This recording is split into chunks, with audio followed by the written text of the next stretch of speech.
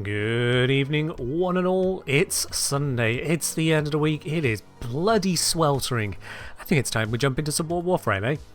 Welcome one and all. Hope you're doing well where you are around the world today.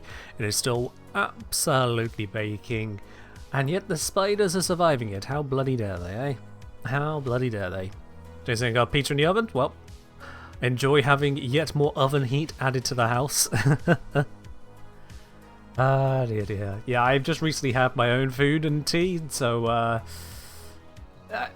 my body is currently going, that was a nice warm meal on a warm day, Ken. Are you suicidal? Please feel the pain of the heat. And yes, I am feeling it. It's fine. It's mildly fine. Only mildly. It's mildly not fine. But today, Kelton, thank you very much for the pop, and yes indeed, this is the one and only spider-themed frame we have in Warframe at this point in time, and if nothing else, I have to go into the arsenal here and just, let's just idle this moment. Just a moment. Let the idle animation come through.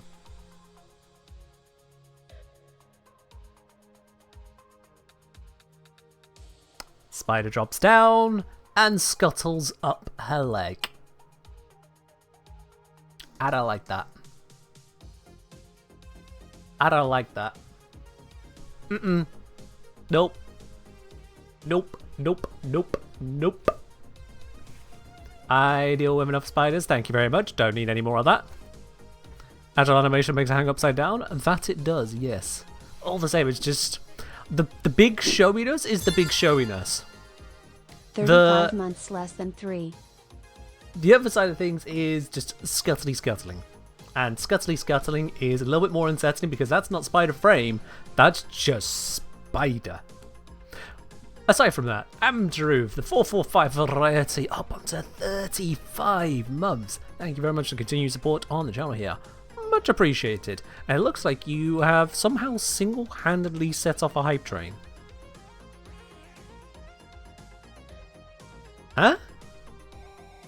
I know there was the bit singular from Kelton, but that's not enough to set off a hype train. That is... There's supposed to be 3 things. Because, you need a trade for the hype. You can't have a train of 1. That's a single carriage. That's just a car. Well, there we are then. That's a hype train triggered, I guess. If y'all manage to make it complete levels, you get hype bonus giveaways as well. Exclamation mark. Hype bonus for more information on that. But yeah, that is unusual. I don't know why that has happened. Now, as for Araxia, she has her passive to go invisible. She has her Mercy's Kiss, deal damage, generate orbs if it kills, and can defeat enemies when they're at merely 50% of their health, which is very nice. We have a webbing damage vulnerability ability, which states a radius but does not state more than that radius, despite the fact that it increases in size. That's going to be a little bit of wikiable information. King 5 saying Prime subbed a couple minutes ago. Oh, I see. Did you sub but not announce the sub? Because, if you put up the share message, it then goes on to the screen like that. Carrot slowly but sorry. The bot did not like that emoticon, but all the same there. XGN Nave, thank you very much for subscribing once again at Tier 1. You've got that lovely bronze badge next to your name now. Cheers. Yours never announces? No, King Vibe. So when you resub, you'll then have a pop-up in the Twitch chat saying, hey, do you want to share your subscription? It doesn't mean share as in give it to someone else. It share as in announce to the world that you've done it and provide a message with it. It doesn't happen on your very first Prime sub. Any subsequent one, you should be able to do that. I'm sure I've seen messages with Prime subs before now. In fact, I know I have. Also, Eliu, thank you very much for the gifted sub going over to Snake Raider 47 there. Much appreciated on that. Snake Raider, make sure you say thank you to Eliu for that. You'll try again next month. King 5, if you've only just done the resubbing, you should still maybe have it available. You might need to do a refresh, but you should still be able to do it. For those of you who have Prime subs here on the channel, maybe you can give King Vab a piece of advice on how to get that message to pop up for them. Because I'll be honest, I don't personally sub to my own channel with a Prime sub. Might come as a surprise, but it's true. Yeah. You know, usually Prime on next stream. Fair do, Kelton. Fair do. Yeah, with the rest of the racks, yeah, so need to look into the range bit there. A lot of these details will thankfully be on the wiki from people testing over the weekend. I have been busy with a lot of other stuff over the weekend. Excuse me. So I am kind of now looking into the details here. We've got Widow's Brood for launching a barrage of stinging darts in front of her, applying toxin and causing the scuttlers to come out.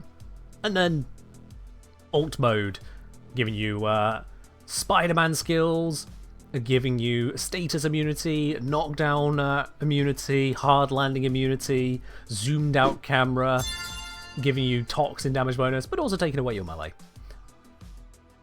Pretty nifty stuff. Also, Ductile Wheel, thank you very much for resubscribing up onto 13 months. Ductile, much appreciated on that. Cheers. Yes, indeed. Also, with that, Ductile has finished off the level 1 of Hype Train, so that's going to add in a hype bonus giveaway, which, fun fact, I have also been doing some work towards making that even more interesting. That work is still a work in progress, and I can only do it on not work time because it is more of a passion project than anything else, but still making progress on that. Who needs melee when you have the murder pounce? I think it's kind of funny when you think about it that a spider would remove the melee. But I suppose, yeah, you do have Mercy's Kiss. You do still have what is basically Garuda's 1, but well better by the looks of it. So yeah. Garuda suggesting, guess the first model going to give her is Equilibrium. Yeah.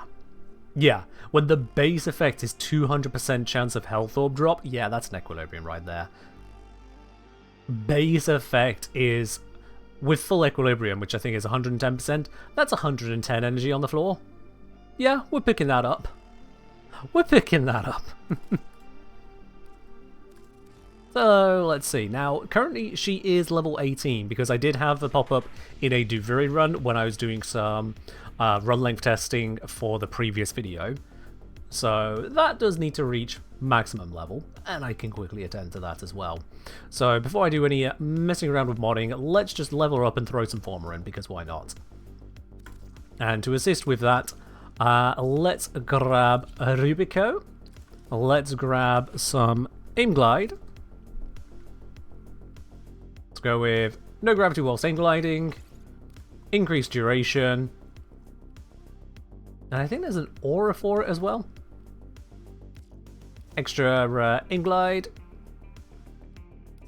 There we go. And I think, honestly, that should be fine as is. I don't need any more than that. Yeah, can't have any more than that. That's all I need right now, just for quick leveling purposes.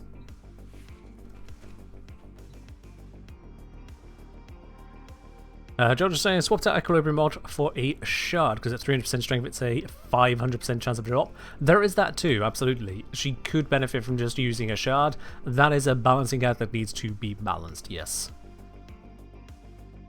Spider unaffected by gravity? Yeah, this is a flying spider now. Straight up flying spider. Make sure you have all the correct settings. Good, good, good. Looks like we have just got a moment left on the hype train. Got 2 minutes left on it.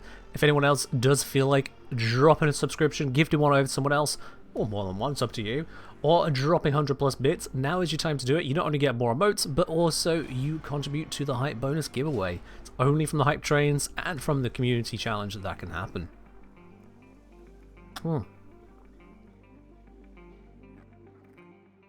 Her Wall Latch is infinite. I think her Wall Latch is only infinite whilst using her 4.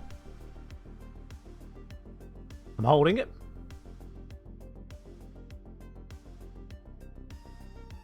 Huh. Never mind, I was misadvised.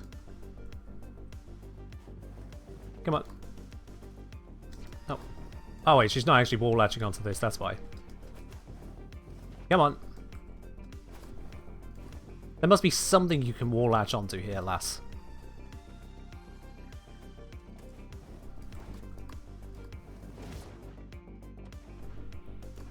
Oh, for goodness sake. I'm getting it and then I'm letting go of it because I didn't think I'd get it like that. There we go. Okay, let's just hold that. Listening. I do have wall etch mods on at the moment, you're very right, so that will make it last longer.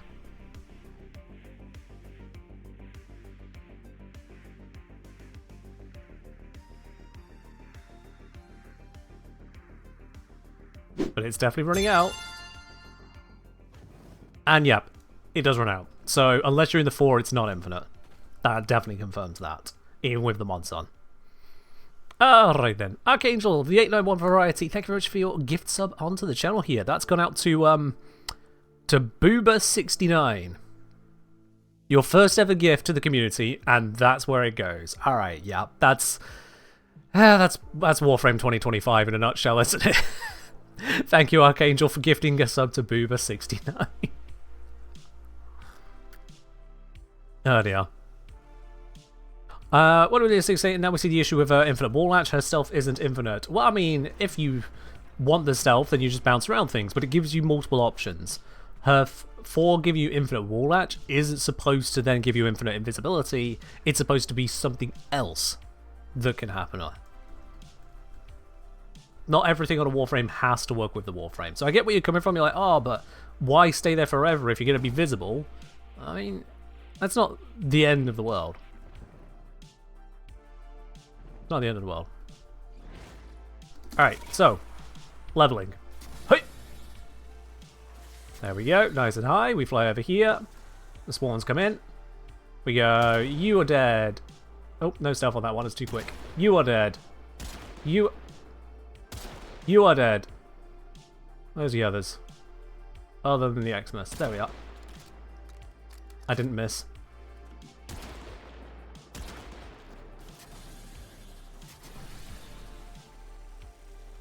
Get ourselves over here. 3, 2, 1. Take out that, and then I'll take out the Xmas with full bonus. Oh, screw. I forgot to... I was doing it wrong. My bad. I'm doing it like I'm leveling a weapon. Let me reset. User error. Also, I forgot to put down the Necromech. Also, I didn't get the relay blessing. You know what? This was a complete failure. Let's just get out of here and do it correctly. At least I gained some quick standing, I suppose. Yeah. Let's do this correctly. In fact, you know what? Before we go into doing that correctly, so we don't drag out, let's do that hype bonus giveaway. We completed a level 1 hype train. Absolutely amazing support right off the bat there. So let's do a quick spin. What we're going to do this time, we're going to do 3 Orokin reactors. Okay. 3 Orokin reactors is going to be the giveaway. Let me get that one set up real quick. 3 times Orokin reactor and started. Alright.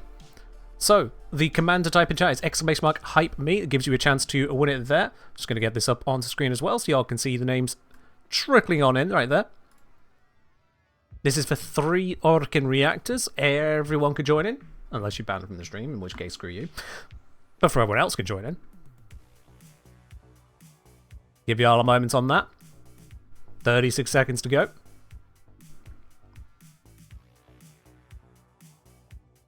Doesn't matter what platform you're on, anyone has a chance to win this one here. Time to see a mod win. Hey, if the mods are going to keep on being consistently here, I've got no issue with that. Do you have to join? You don't have to join, Ductile. If you don't want to join, then you don't join. You just can't win if you don't join. It's a pretty simple process. 5 seconds. 4, 3, 2, 1. And our winner is Anubis. Anubis, just need you to type ! claim in chat to confirm you are definitely here to go receive it. Basically, make sure you're not a bot or something like that. Anubis VGV. ! claim in chat, please. It is necessary for it to trigger it to actually send you the prize, and please do pop that there. And there it is. Would you look at that, Anubis? Thank you very much. And congratulations on that win right there. Very quick, very easy, very simple win for you. You'll have received a message from myself here on Twitch. If you just respond to that with your Warframe username and platform, I'll be able to get that sent on over to you. And yeah, that's not a mod. Not a mod this time, absolutely. It's not a mod. Now, just as a little behind the scenes of things, I am working on a more involved interface for the giveaways there. Because I'll be quite honest, the whole, hey look, here is the behind the scenes screen and it's gathering the names. I'll be quite honest with you, it's not the most amazing thing. But I also don't want to be using some of these apps that you see in places like a marble run. I'll be honest, every single marble run I have ever seen for a giveaway, I've just kind of gone, eh. It takes a while often, and I just don't vibe with it. So I am in the process of personally making my own program for it instead. I am in the process of making from scratch, near enough, all the different bits and pieces to have a bespoke interface for the giveaway. So at the moment we've got the bot, but I've got something cooking there. I'm sorry, I'd say about halfway through coding it at the moment. And that includes deciding on what graphics go where as well. Yeah. Which I can make in a program actually insane. I mean, on the one hand, it's just a program. On the other hand, I don't actually have any formal education in programming, so I'm really trying to stretch my wings here. Do something outside of my education. And so far, so good. I'll be honest, so far, so good. Alright, Petra, let's get some purple going. Boop. There we are.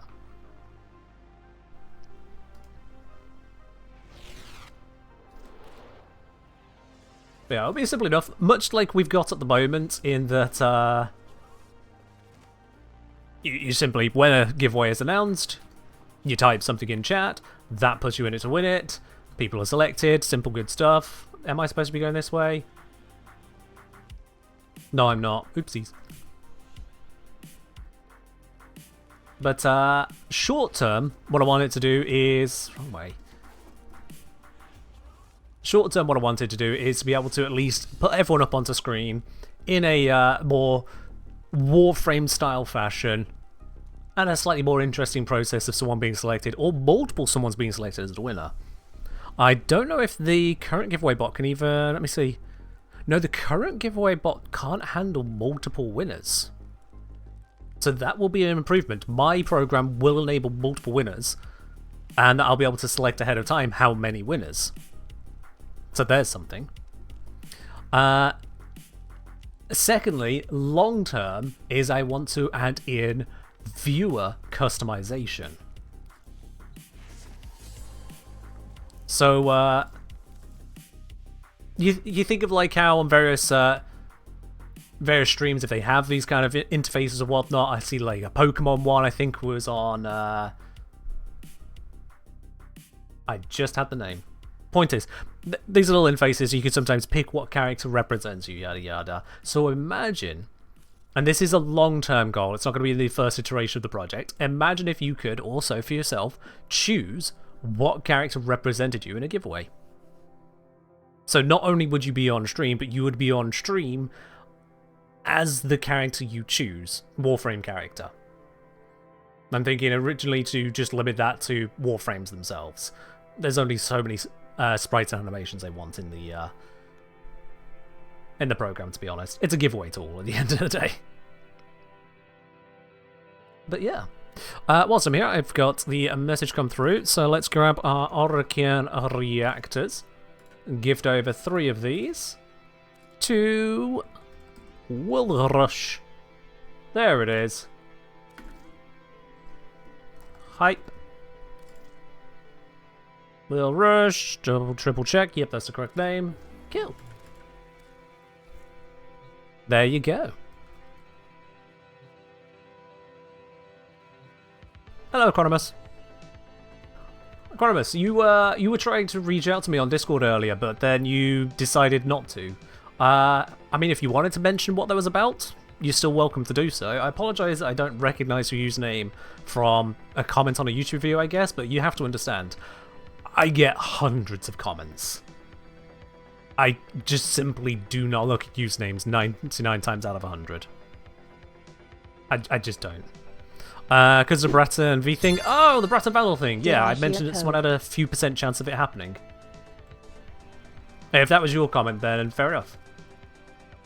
I don't need the particular proof of how many runs you've done. As I mentioned in the comments, if that was your one there, it's within expected chances for many people to have that happen to them, unfortunately. It is an abysmal farm. Will I be doing primes or base Warframe models? To be decided. You're very welcome, Nubis. And Revacan, you did indeed hear code. Thank you very much for the 1 year of support. You reached a full pot. Much appreciated on that. Cheers. Fair enough, Garamus. For something like that, if you're putting out a video as to, like, you've had bad luck, maybe Reddit will receive it well, maybe not. If you want to share it on the Discord, check in with the mods first. Simply. Just open up the Contact a Mod channel and ask the mods to have a look over it. That's why I have a moderation team. Alright, so I didn't de-equip my melee, which is a slight mistake here, but...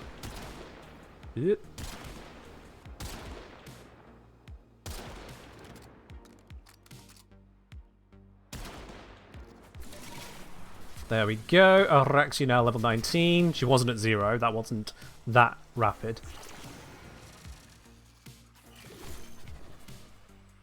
One, two, three. Got him. Now she's at 20.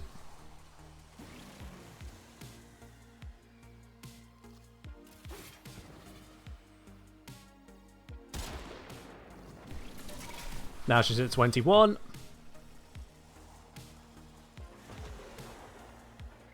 There we go.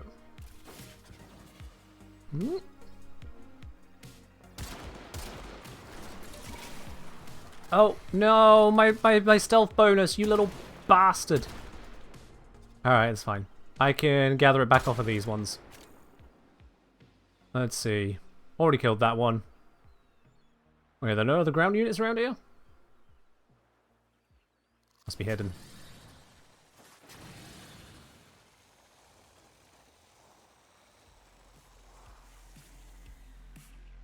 One, two, three.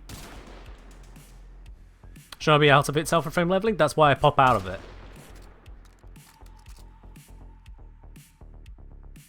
It's just right now I just want to get the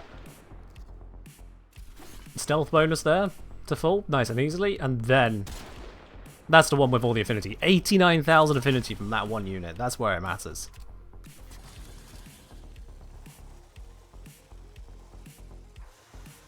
I hope I've not taken a wrong turn here. I did take a wrong turn, there it is. Stealth bonus is about to run out, so I'm just going to get this quickly off of that one. There's my Xmas. Hoi! I definitely should have de-equipped my melee. 29, nearly there. A little bit more.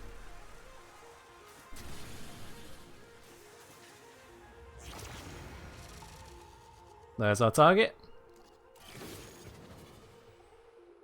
Boop. Got it. Alright. Yeah, let's de-equip my melee and do that properly this time.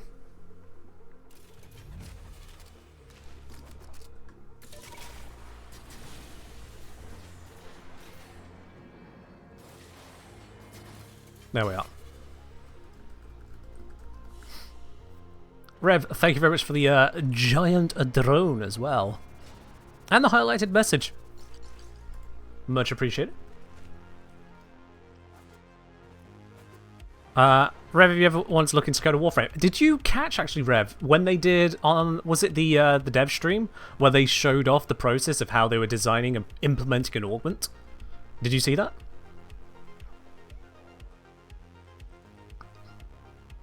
Good, glad you did, glad you did. I would have been upset for you if you had not yet been able to catch that. Alright, Araxia, time to give you your first form. Now, do I give you a V polarity, dash polarity, D polarity, umbral polarity? I think I give you a mirror polarity. Yeah. I think a mirror polarity is the correct polarity here. And that means I could just get straight back into leveling up again. Don't have to think any harder than that. Let's take up the dual visits now. Don't need that right now.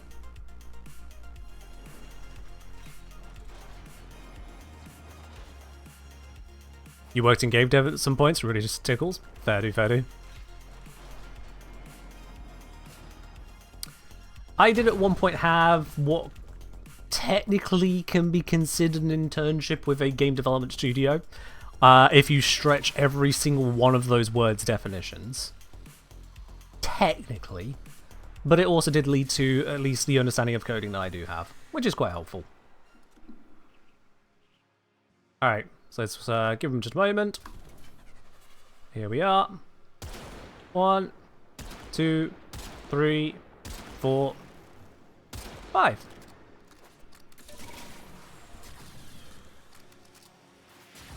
Blink across to here. Look for my target. You know, I might be able to punch through that. Yep, punch through for the win.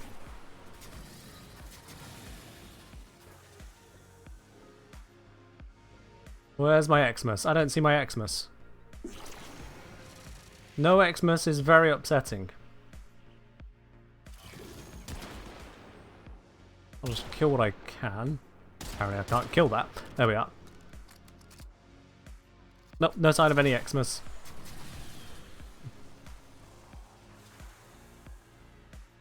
That.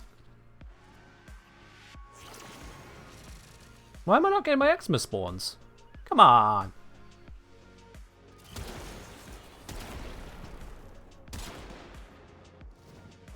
You don't need to do this to me, game.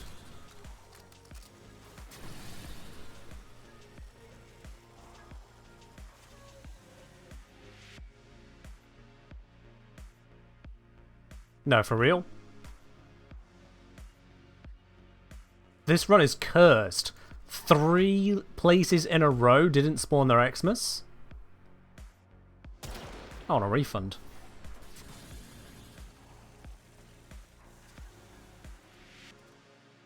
There's an Xmas, about bloody time. Boom, 85,000 affinity. That's a little bit more like it.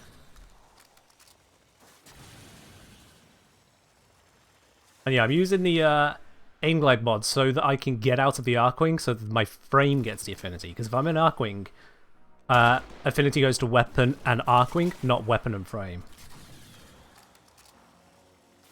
So that's why I'm using the aim glide process here. There are others that'll say, oh, use a projectile weapon like the Nataruk, and that works too, but I just want to use a sniper. I use a Nataruk for enough other purposes. And having a hotkey for getting into Arcwing definitely helps this. Alright. I forget where the Xmas spawns on this one. Oh, found him. This is why I've de-equipped my melee as well, is that then when I press melee to get out of my Arcwing, I don't then slam to the ground. I just get out of the Arcwing. I think I might have been a bit low here. Do you have an Xmas? I don't see an Xmas. No, but I do see these guys. It can be a problem. Just get rid of that.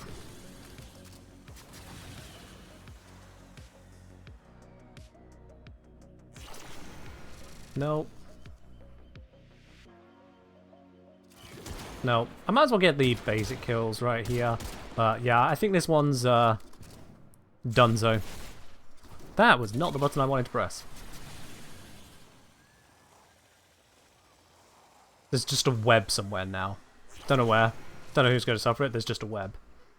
Where's me Eximors? I'm a little bit too over the top of these guys. Makes it a bit harder to see.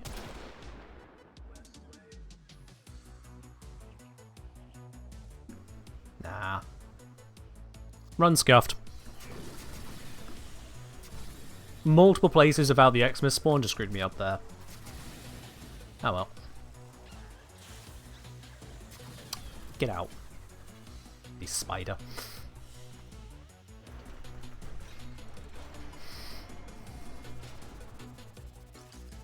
So yeah, you can aim up to then exit Arcwing without slamming to the ground, but that requires removing your aim in the process, which is nowhere near as good.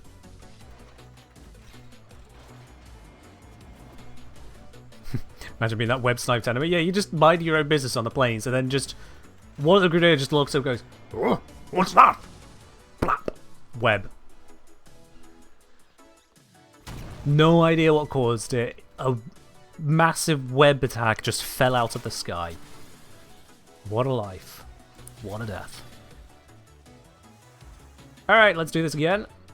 Count to 3. 1, 2, 3. Now they should be stealth killable. Yes, they are. I missed. One day I will learn how to aim. Today is not that day.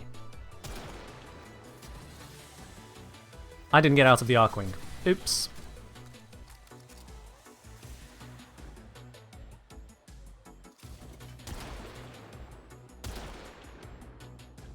I don't see my Xmas. Is that them there? Oh, that is them there. No, that was a normal unit. Scam. My ghouls can remake you too, except their touch. There we go. Get the kill there. Might as well kill one who's in my line of sight. 26.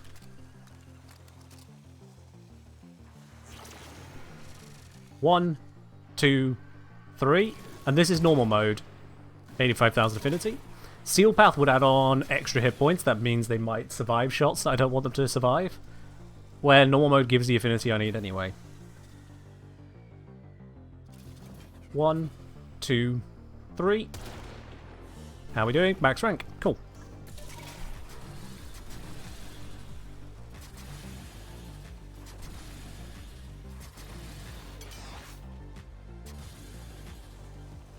There we are.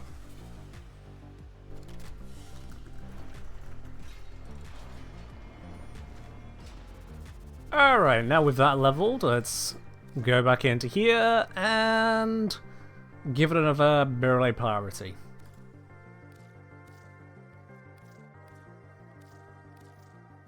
Beautiful. Thinking about it, I might want to do that with the aura slots.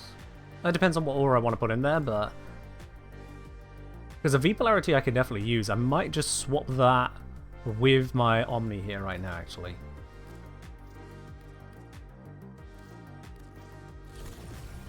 Because V polarities on frames, easy to pick up, easy to use.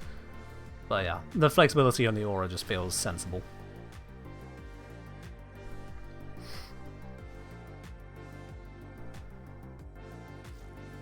Are the Grenadier learning that flying spiders are a real thing? That they are learning, yes. Is Spider Frame good? From what I've been hearing, absolutely. But I still got to get into it myself. Evo Shady, cheers! Oh. Leave the hydrate. Hope you're doing well, Evo.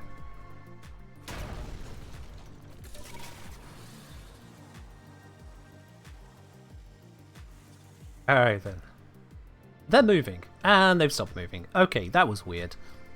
I don't know why they were moving for a moment there. But they are indeed stealth kill.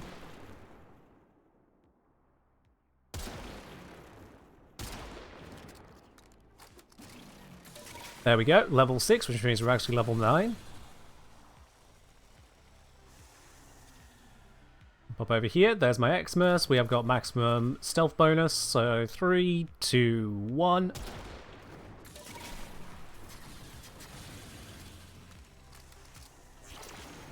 Pop over here, have a look, there it is. Oh, it's one of these things, can't headshot that. Good thing I can just shoot it. Another 83k, thank you. 1, 2, 3. I was holding an Arcwing there, so I have my invisibility running.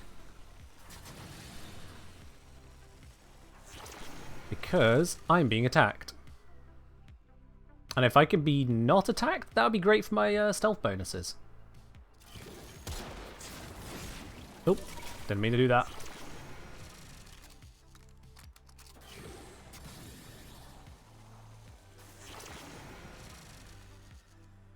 Let's see, what level are we at? 21. There's our Xmas.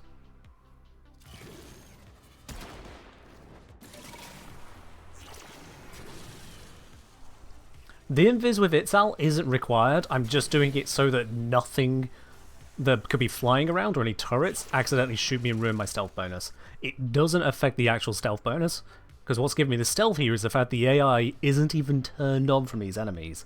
They're not even wandering. The stealth from Itzal is entirely a protective bonus against the fact that planes can spawn in, flying around. And that can screw stuff up. 1, 2, 3. There we go. Rank 27, nearly there.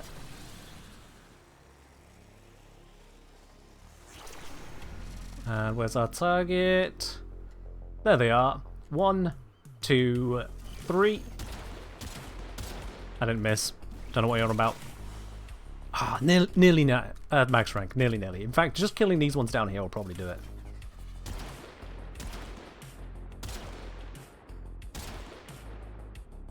Or maybe not.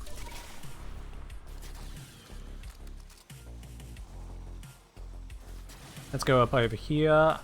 Didn't I already shoot at this camp? I did.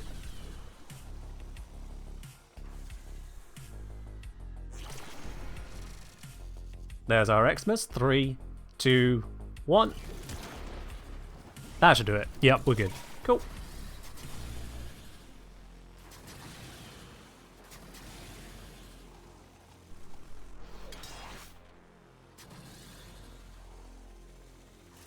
And we're done. Just under 4 minutes to level the frame. I'm happy with that. Beautiful. And somehow a little bit of XP on the Mark 1 Furious. Sure, why not? Hello, Ray. I'm doing well. Thank you for asking. Hope you're doing well yourself. There we are. So yeah, I'm not popping out right as I take the shots, just to technically not be an Archwing. I literally am getting out of Archwing. The invis ends, all of that lot, but I'm just hovering. Because I've got hover mods on. Your wallet was stolen? Oh, that's rough, dude. That's rough. I'm sure you know all the processes and bits and pieces you need to go through there, so just... damn. Do I run any boosters for Affinity apart from Master's Blessing? I do also have an Affinity booster, so that is meaning I only need to do a single run around, whereas if you don't have this, you'll need to do 2 runs around. That's how doubling works. Yeah, fair do, Ray. If you're waiting for your replacement cards, replacement license, and you've already reported it to the police, that's basically the process. So, aside from that, my commiseration, dude, that's not fun. Let's slap this one over here. Why? I felt like it. There we are. Now, with 3 formers added on, all of them Omni, that should give us a good starting ground to actually properly utilize the frame now. So let's get leveled up again so I get these stats back to max. And then let's get to testing. 3 Omnis are quite the investment. It would be if I wasn't gifted like 80 or 90 Omniformer. Oh, I see, Ray. Yeah. Having been burgled myself in the past, twice, actually, not fun. Some of the things that you just can't get back, it always stings. I understand, dude. I understand.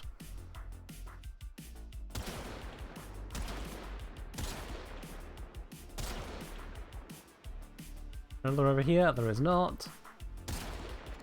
Oh shoot, I didn't get out of bloody Archwing. And now I've got out of the Archwing at the wrong time. Brain! Brain, please start braining. Is that an Xmas? That is an Xmas. 1, 2, 3. There we go. And for good measure, let's just kill the other ones around it. Get red crit nerd.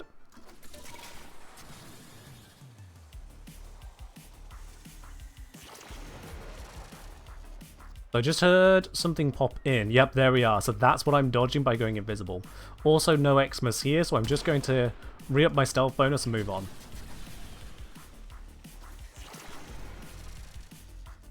There's our Xmas. 1, 2, 3. No, Ken, no.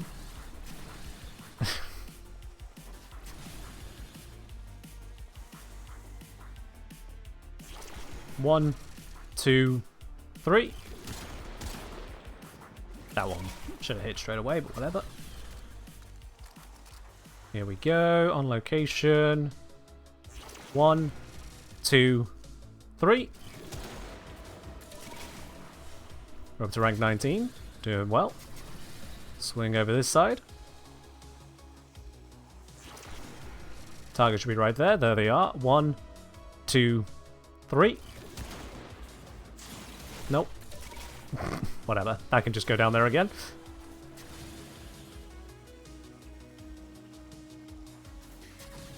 Got this camp over here. There's the target. Nicely glowing. Makes it easy to spot. 1, 2, 3. The extra kill because I could.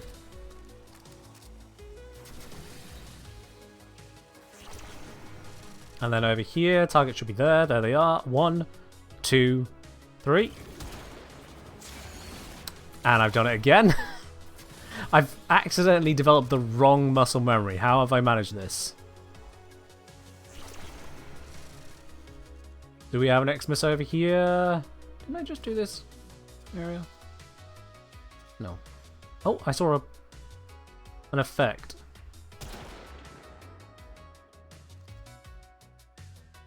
Did I? There. What?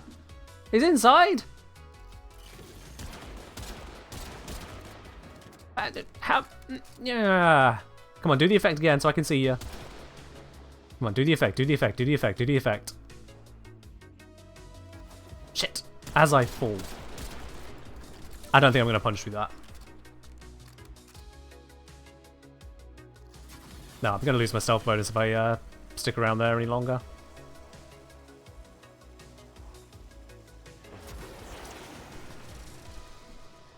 One, 2, 3. Maintain the stealth. Right, now let's look for the Xmas. Is there an Xmas here? I don't see one. Damn it. Move on. That is not what I want to see, because they'll get in the ship and fly to chase me.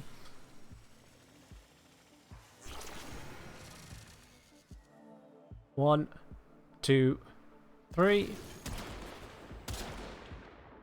Yeah, I don't see an Xmas here either. Does this work for melee? No. You might find it rather difficult to melee at this distance. 1, 2, 3. Got him. Not quite fully leveled, and I just lost my stealth bonus. What shot me? Seriously, what the hell shot me? Alright, sure, whatever.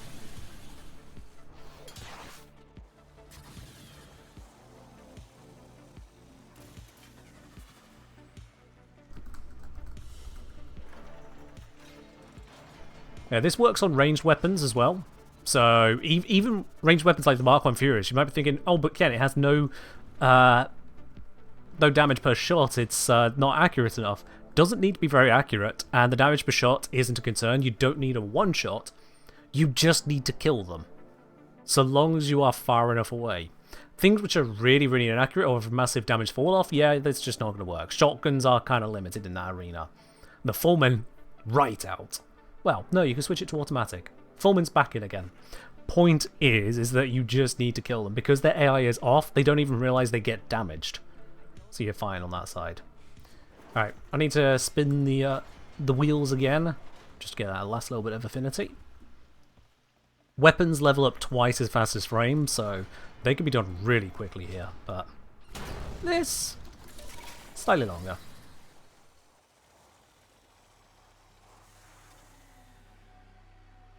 Okay, so 1, 2, 3. Switch to normal mode. Get sniped. Fly over here. cloak up. Look for target. There they are. This time they're out of the awning. 1, 2, 3. There. Oh, so this is what is used for announcements. Can't believe it took this long, XD. Hey, King Bab, you found it. You absolutely found it. I wonder what you thought you were looking at before then, if you just found it now, but all the same, glad you got it figured out, and thank you for the 11 months of support. Cheers.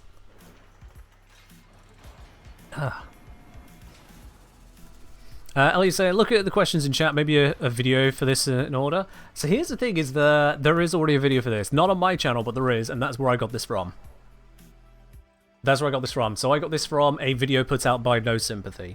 So I know they weren't the first person to do this, but they did put together a very manageable guide. So that's sort of there. So definitely check out No Sympathy over on YouTube for the guide on leveling weapons via the Plains of Eidolon stealth Arcwing trick. That's definitely the place to go on that one. It's part of why I've not done a video on this, is because it literally already exists. It's not something I can do much better. Honestly, not enough better that it would matter. There. You thought it was to share to contacts or something? Yeah. So the whole share your subscription thing is really unclear, I know. It is really unclear. Dark Park say, hot diggity damn, your voice is soothing as fuck. Do an audition for voice acting. Thank you. I have no idea if that is the correct voice to give to that, but sure. Just one. Oh, I should stop at one, should I? Do one audition, get rejected, job done. Got it. One's all it takes? Fair enough. Well, the question is then, Dark Park, what kind of role should I be auditioning for? And don't say something in Warframe, that's too obvious. What do you have in mind? Meanwhile, let's start statting this up. So, fully leveled, bunch of forms in a bunch of places, all looking shiny. I'm thinking strength. Just a hell of a lot of strength seems to be the way here. We don't need to worry about efficiency thanks to Mercy's Kiss.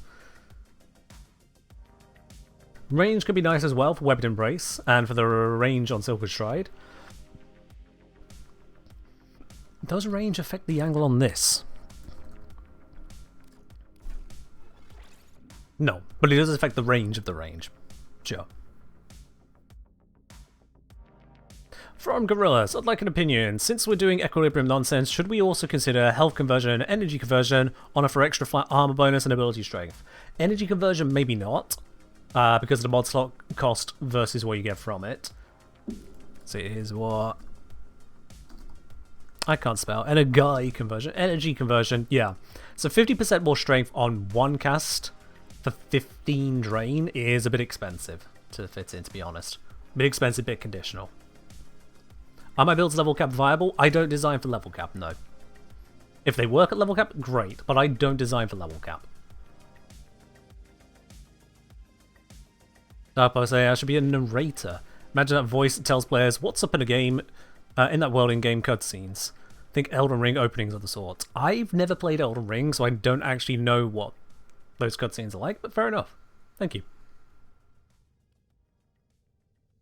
Range affects range from the same logic as, yes, the floor is made of floor. Well, in my defense, there are many things in this game where range does not affect the range, or some stat does not affect the obvious part of that stat, and then it does affect something else weird instead, okay? So, in my defense, Agia, I'm just checking against how Warframe can be weird. Yeah.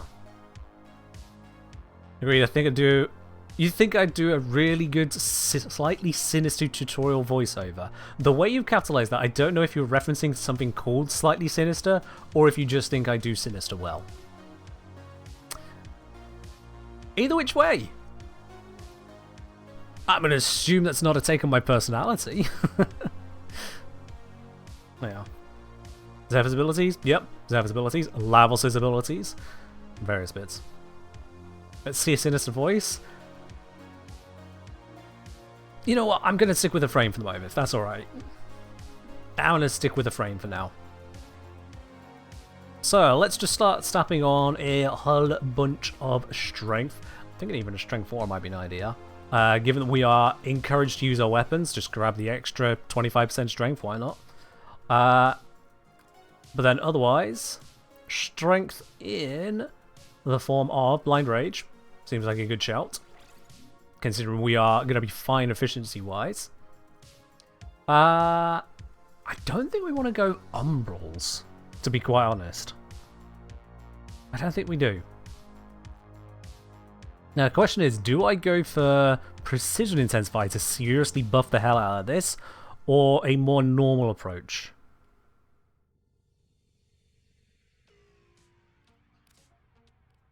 Because, like, Precision Intensify is gonna spice the numbers up on this a bunch.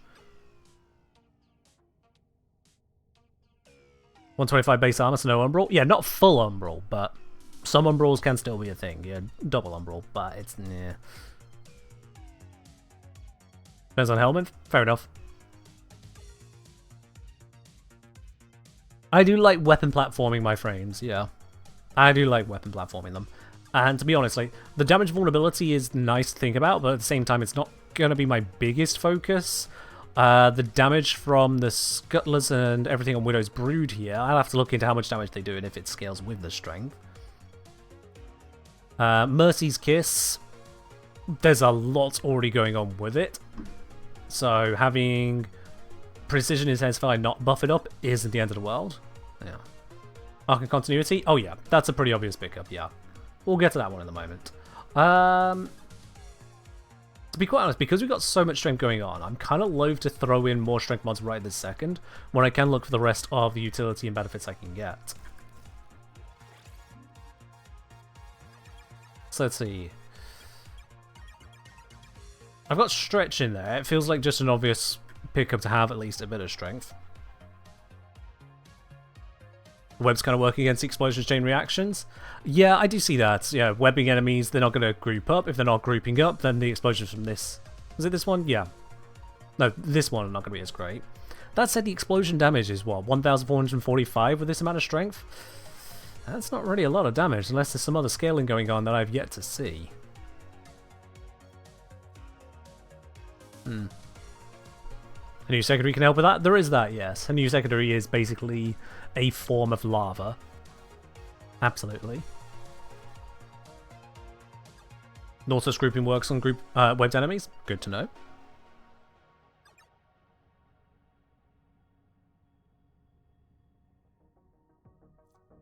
Now, she gives out a lot of extra max health as well, while Silken Stride is active, which makes me wonder if I want to have the help, but that doesn't it? Wait, does it multiply? I think I remember reading something that it does. Orexia. So I'll be quite honest, I barely looked at her so far. I've been focused elsewhere. Or just having a weekend.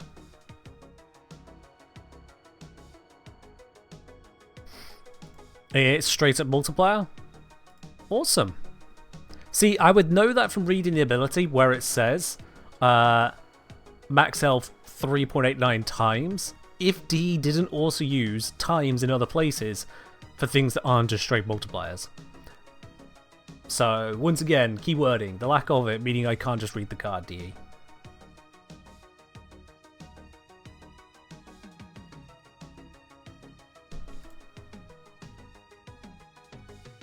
So yeah, because that is affected, Arc of Vitality is going to be pointless because we're not dealing with heat, so it would just be a Vitality moment.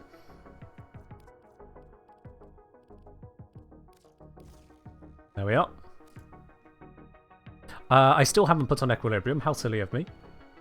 There it is. I've still got a couple mod slots left available to me. I can go for Transient Fortitude. Give me yet more strength at the cost of a small amount of duration. Not too terrible.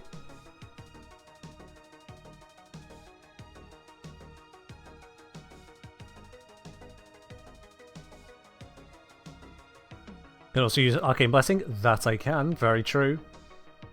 Depends on if I do want to go that far. Health Conversion was something that had been mentioned. That is probably going to be a worthwhile one to pick up here.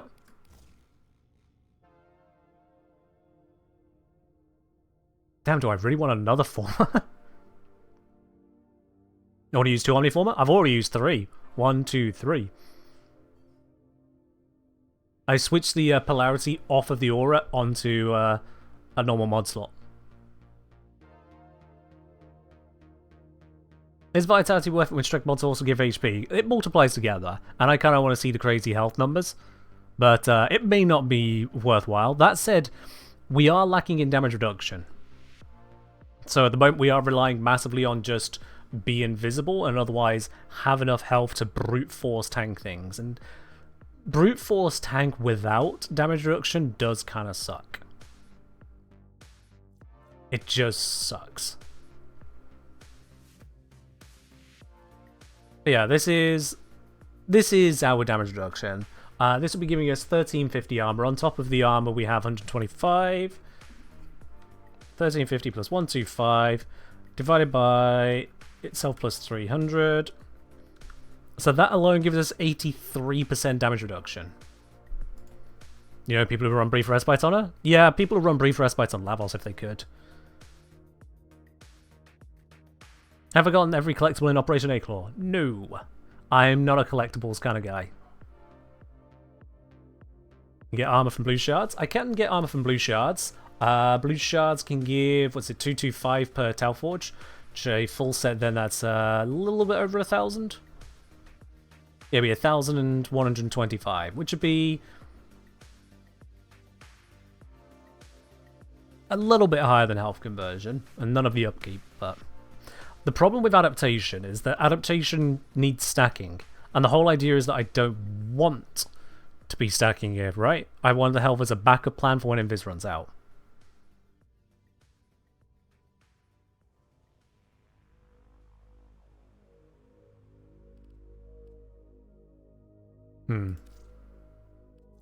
Is it worth to use Bellicose and Blessing? So, Bellicose, let's see here.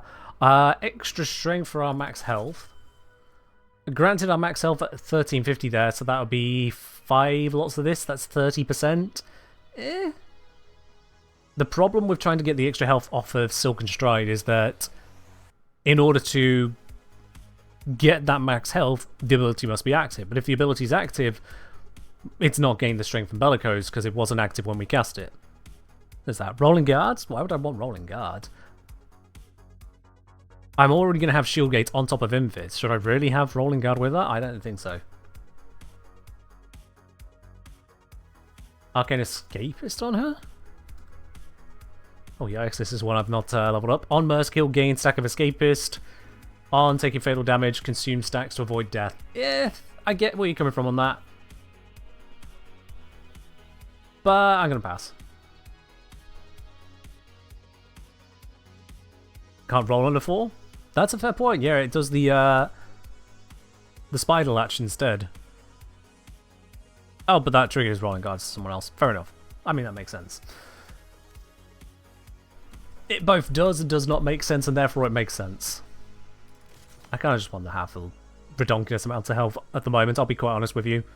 For this other one, hell, Augmented exists for a reason. Strength go better.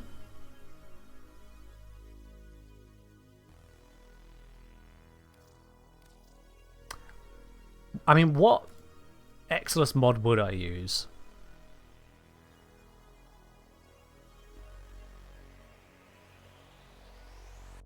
I could put in just a little tiny bit more range. Coaction Drift? Does that even work at Growing Power? So I'm saying Proton Pulse.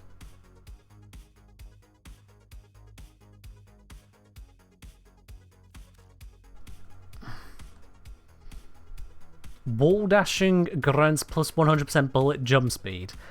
I see it. I see it. I get where you're going there. Also, the wall latch damage reduction. I get it. 17% damage reduction is not a lot, really.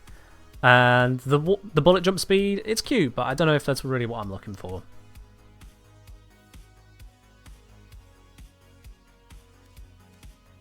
I don't think that's really what I'm looking for.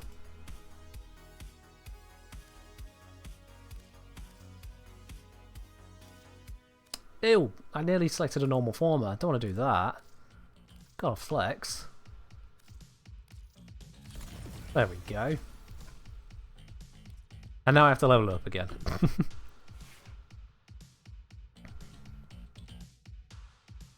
Arcane Crepuscular? You know, that might have been a shout, to be honest.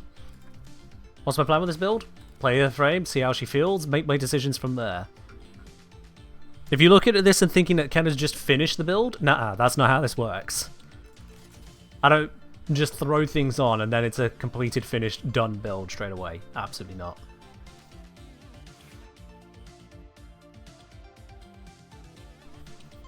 Your energy conversion over transient fortitude, so that requires picking up an orb for every single time I want to cast an ability. Whereas the negative isn't that big to have a mod that is always active.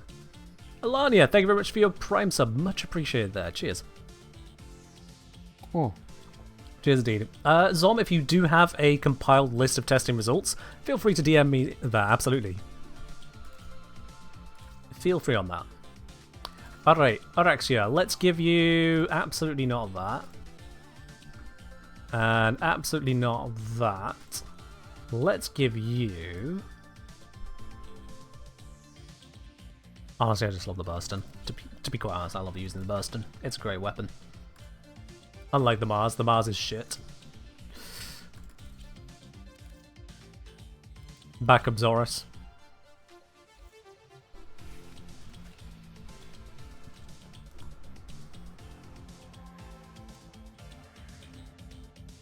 And let's go to... Yes, let's go Circulus. Incarnas don't work on Orexia? What, does she just make you not able to use them? You're gonna have to give me a little bit more to work with than that, please. Incarna forms don't get the buff. Oh, the damage buff on her 4, is it? Your weapons make Interesting. and the enemy calls for a song.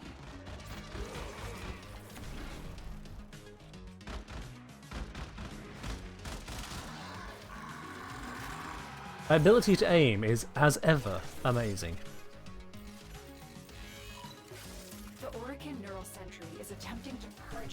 Okay, so to be very clear, she doesn't give a damage buff to Incarn mode weapons. Got it. That kind of sucks. Is it me, or does it feel like D created all of these Incarnate weapons and then instantly regretted it? Also, oops, I forgot to use my one on it, I think.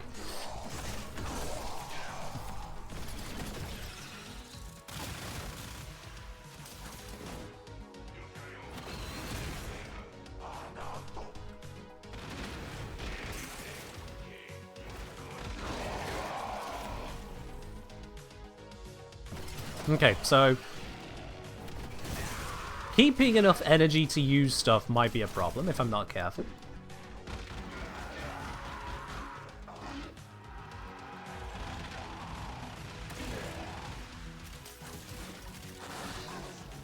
Why did that not wall latch? Hello?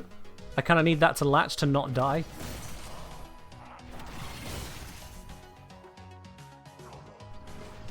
Oh, here we go.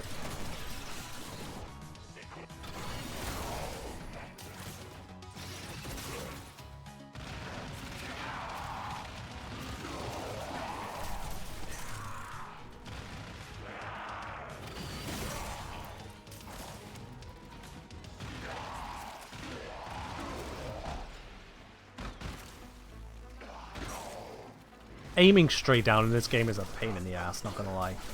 Hi, why was that not a wall latch? I've latched a bloody ceiling. No, I won't latch the ceiling because, like I just said, aiming down is a pain in the ass in this game.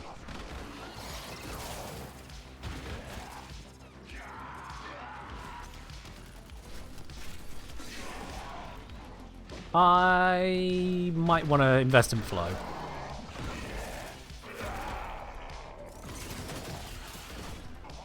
The energy max I have here feels perilously low.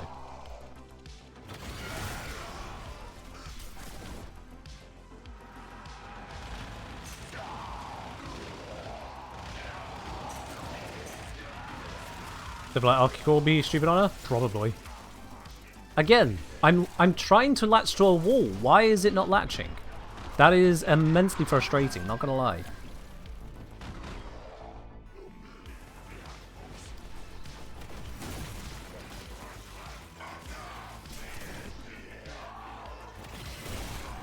Nope, I am choosing my targets poorly. Yeah. This is...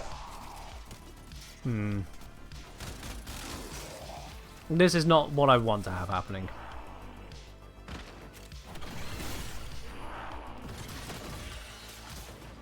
I get that I'm missing a lot of the, Oop.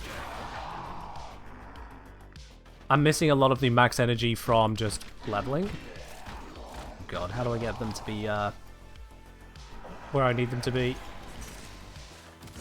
In terms of damage thresholds.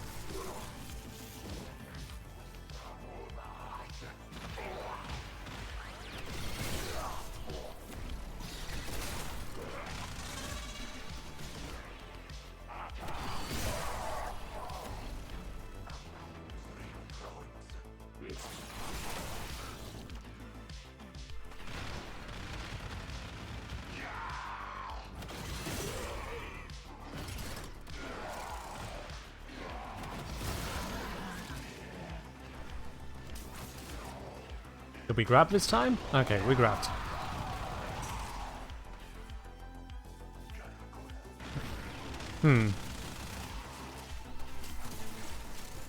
Again, not grabbing the wall. What is up with that? I'm aiming at an empty section of wall. Why would it not grab the wall?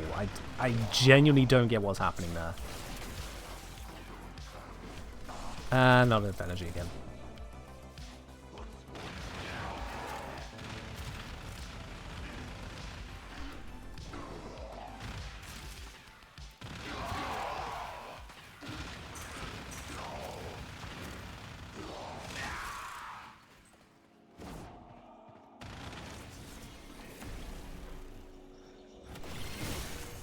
Smack.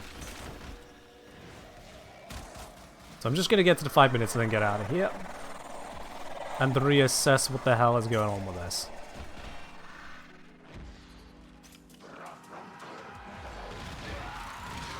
They know you're here. Prepare for sentient fighters. The longer you hold out, That's just... research. But if you need to leave, extraction is ready. Void manifestations drawn to this place of stolen Oh, that's bad. They will drain your life support unless they are destroyed.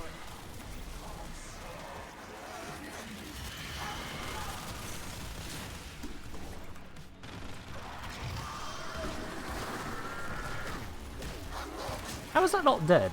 There we go. Alright, let's just get out of here. Wrong button.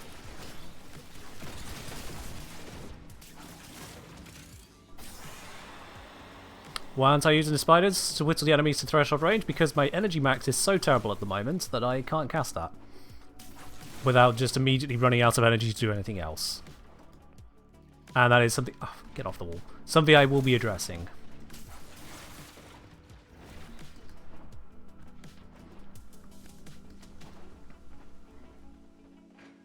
Like I said, just moments ago, and wasn't there for show... Wow, I'm losing a lot of health to the life support out there. What I said moments ago is that it's not designed as a final build, it's designed as a feeling for how does she play out with those, and then I can make changes.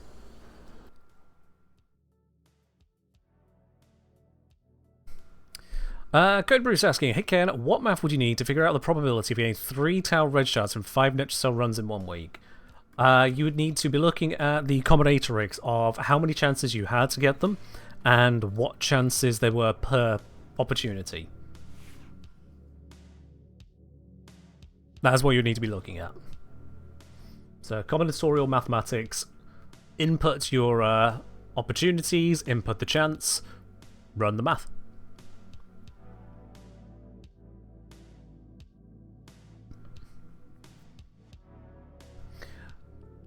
So immediate takeaway. Max energy, yes please. Yes, please. Because even leveled up, she's not going to have a huge amount there. So let's see, what am I dropping for that? If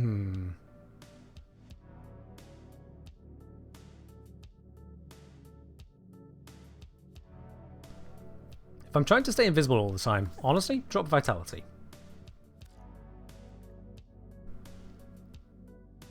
Can't fit Prime Flow at the moment because that takes 7. I have 6. Let's drop this for the moment. I can figure that out later.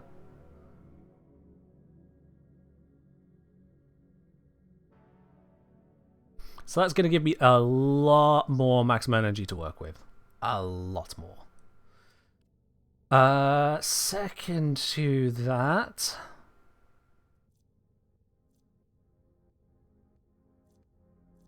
if there is a second to that. That might be the adjustment needed there. I will say, though, from the angle of firing, that was just a pain in the ass. I'm not going to use the Sobek right now. I understand that the Sobek will work quite nicely with this. I've seen a few people mentioning Sobek amazing. The last thing I want to do is jump to a Warframe weapon-specific combo and go, yep, this is a build. Because anyone who doesn't want to use a Sobek is then shit out of luck. And that's just not good. Would Steadfast be a better choice over Equilibrium? Equilibrium is what's turning all the health orbs she generates into energy, so Steadfast goes into a different spot as well, Ductile. That's just not comparable. Archon Stretch, again, we don't need that for energy gen. It was just having enough max energy that I could utilize my 1 when I want to, rather than going, oh shit, I'm down to 80% of my max energy, better use it now. Yeah. Also true, yeah. 4 is a drain ability, so that'll turn off Archon Stretch. Yeah. No bueno. Honestly, let's go with Foreman for a moment. You'd still use purple shards over Equilibrium? Good to know. You'll have to forgive me, I am currently vibing it out and therefore can't try the 59 different builds recommended to me so far. Especially as I'm being recommended fragments of builds, but I'll get there.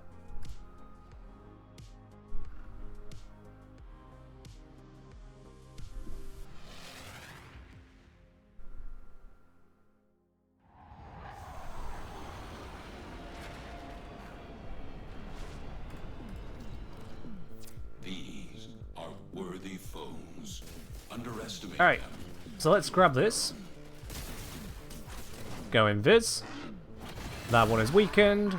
Got all of the energy.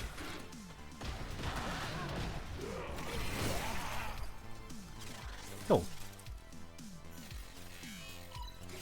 The Orican Neural Sentry is attempting to purge you from this place. Stand by for life support.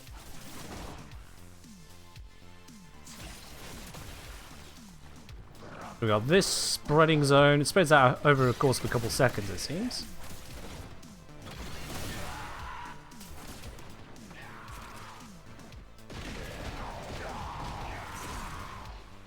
Yeah, like I thought, the AoE from the explosion, it's a couple thousand damage. I couldn't care less about a couple thousand damage when weapons routinely do hundreds of thousands per second, if not into the millions per second.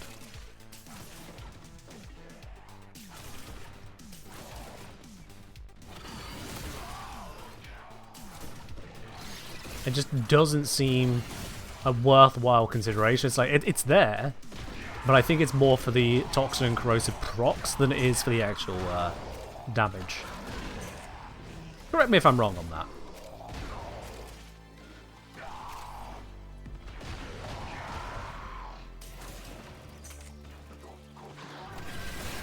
That target obstructed message is going to also be frustrating.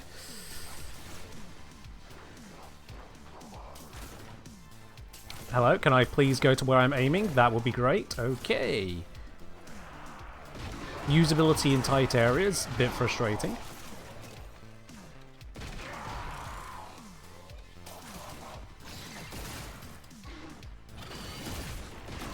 I aimed at a target, but they died as I dashed towards them. Because of the sheer damage they are taking. Understood.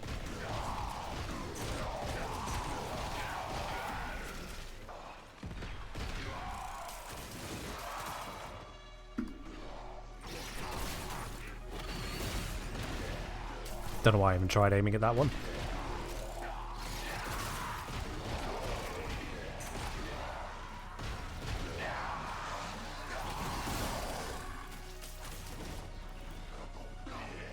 So catching these enemies at 50% is proving to be far from perfect.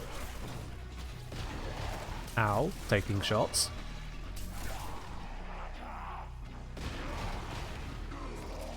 It's like Garuda, it doesn't matter if they die, it's if you do the animation for it. That'll remain to be seen then. That'll need testing. Maybe I can test it right here. Get out of the way.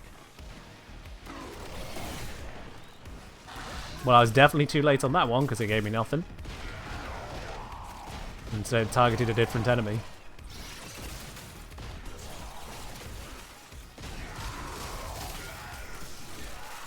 Oh, please don't do that. Why is it that if I aim here... There, it's latching fine. If I aim there, it decided I didn't actually latch. I have to fall, so I'm clearly above the ground, but it just goes, nah, you didn't latch. That doesn't feel nice to use.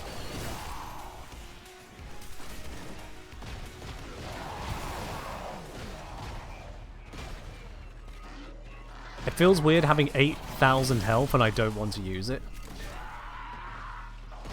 That does feel weird to me. Bonking my head? Well, I shouldn't be able to bonk my head on that. I'm aiming at the middle of the wall. I have to aim at a flat surface? I don't know what else to tell you. I was aiming at a goddamn wall. I aimed at the wall! If you want to tell me flat surface, please make sure I'm looking at the same flat surface you not. Because I literally went to the wall there and it just went, nah, mate. My aim is bad, but it ain't that bad.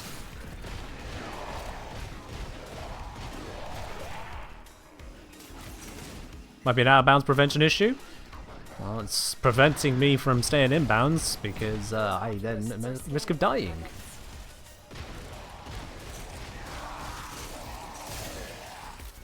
Let me just roll through for a bit. Gonna need this. Would be an excellent place to deploy it. The sentient has detected you. Fighters incoming.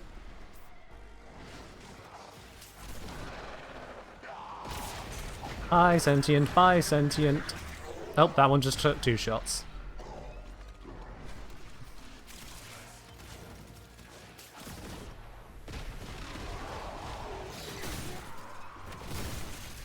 Well, at least I could get the hit on that one. What do you mean out of range? What was I looking at that was out of range there? What is the range of my ability again?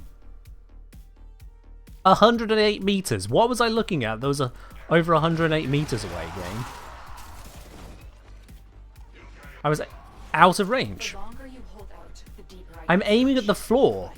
It's 38 meters away. extraction is ready. But it's telling me out of range. Summoned a new presence and it craves our life support. What is going on with this Destroy frame? stations. One of my big measures of a frame is a lack of jank. If I'm fighting jank, that is a negative.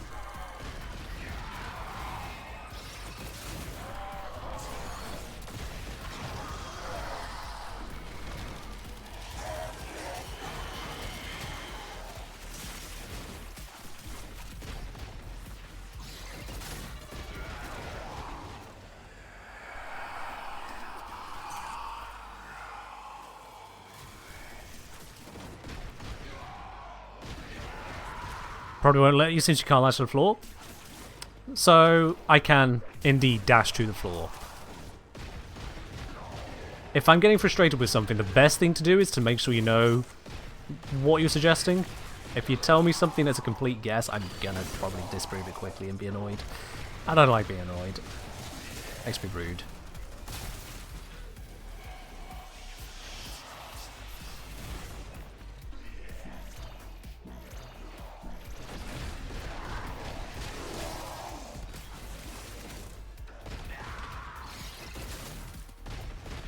So I'm getting the gameplay loop kind of here.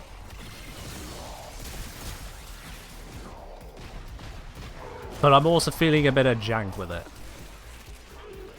Okay, seriously, what the fuck was that? I wasn't even close to anything horizontal, it was just grippable surfaces. Why did it take me there and then go, actually I don't wanna? getting out of the mission. Like, when it works, it works. When it decides it doesn't want to, it's weird AF.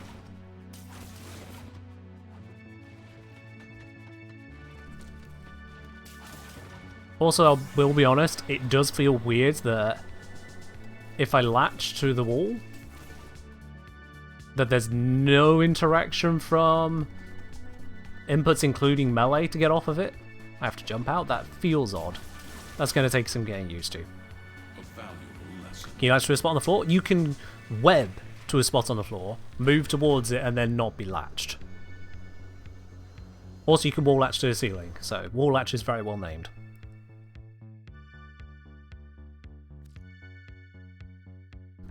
Let's clear some things up very quickly here, because there seems to be misconceptions from a few vocal people in chat, and misconceptions that are very easily disproven should be very easily disproven. So let's do that very quickly.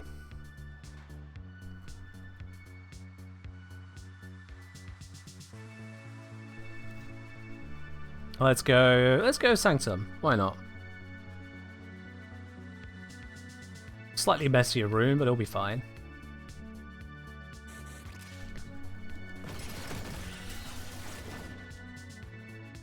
So in case there was any confusion, you can indeed latch to the ceiling. Works fine here. You can web to the floor, but you won't latch to it. You can web to a vertical structure and latch to it. That apparently webbed to the arm, but then decided it didn't want to deal with the arm, and so threw me past it. Which is weird, because I'm fairly certain... Hold on.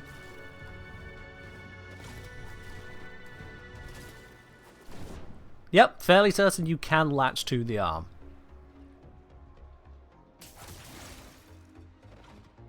Yep, nope. I'm sorry. This has immediately got me upset with it.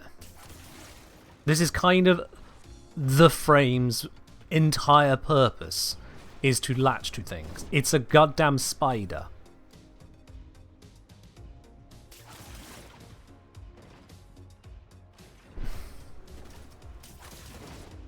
I'm aiming at the middle of it. How is this a question for the game? Okay, that one latched. Good. Latched. Oh, ran out of energy. It's an inertia issue? Thanks. I will just go and turn off inertia.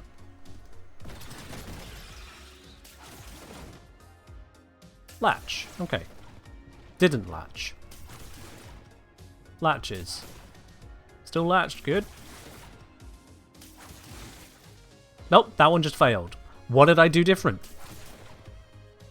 That one's working. I'm very high up on it this time. So it's not like I was too high before. Now I'm quite low. That's working. Working. Yep.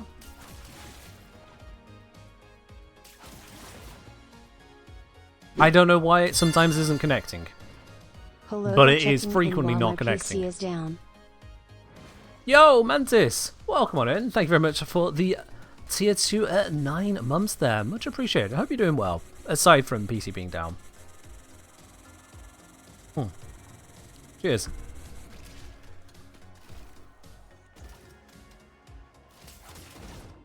Okay, we'll grip onto this.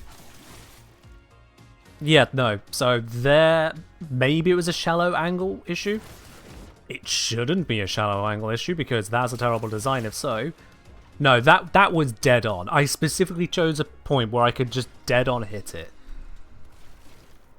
You can't tell me that was an angle issue of sliding off to the side. I'm looking at the curve. This is normal to the curve.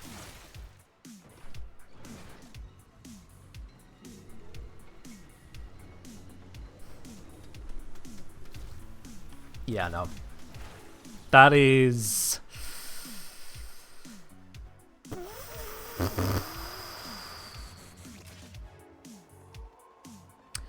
Let's not try and guess things like hitbox issue or inertia issue, please, because those are big fat maybes and nothing I can work on. What we have here is not fixable by us players. What we have here is I wall latch, I go to the other one to wall latch. Okay, didn't realise I had a load of destructible stuff there, my bad. I go to the other one, and it seems that half the time it just decides to not work. This is frustrating. When wall latch is survival, and you need to do it every 8 bloody seconds, I don't want to know what it maybe is. I don't want to know what it could possibly be in the code. I want to know what I could do as a player to not suffer it. And right now, suffering is what I've got.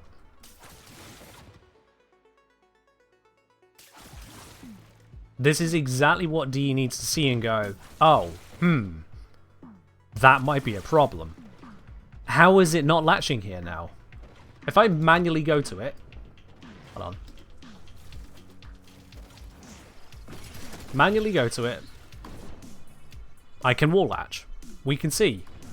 I can wall latch in various places around it. So we know for a fact all of this is wall latchable terrain. Oh, come on. Come on. Come on. Okay, so it's not wanting to do that bit right now. No, it's just Paige. It's even if you get it to be, quote, more consistent is not good enough. Consistent needs to be the word, not more consistent. I demonstrated just moments ago, aiming at the top, aiming at the bottom, latching onto it, and then anywhere around it, it would just not. Something that is 90% consistent will be frustrating 10% of the time. Something that is frustrating 10% of the time is too much. Because now this time we're latched.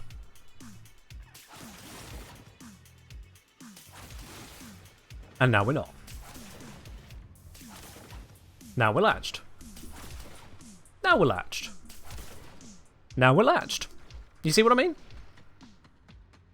No bueno. Does Araxi's hitbox increase when she's using her ult? If I understand correctly, yes. I saw a post of someone trying to go through a vent that you could normally slide through, and Araxi could not slide through it. I don't know if I have a small enough space here to demonstrate.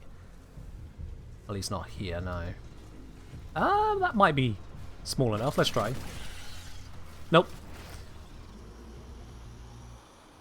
Might have been a very specific vent, just the right dimensions.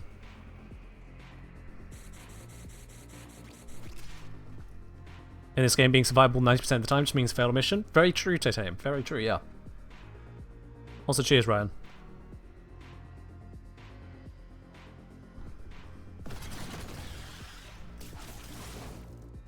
Didn't grab. Grabbed. Scene event? Nah, it's far too big. She can definitely fit through that.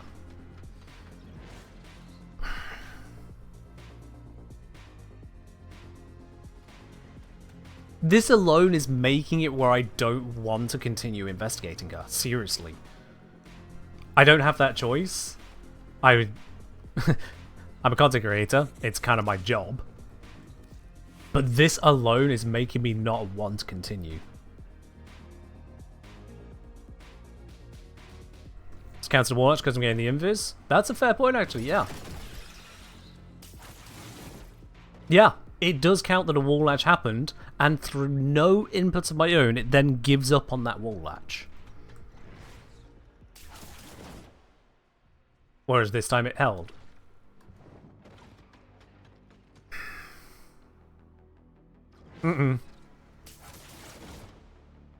Held. Held. Held. Now it's holding plenty. Now I just missed entirely somehow. Failed.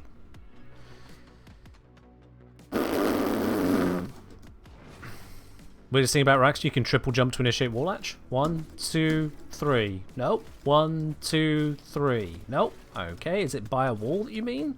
1, 2, 1, 2. No.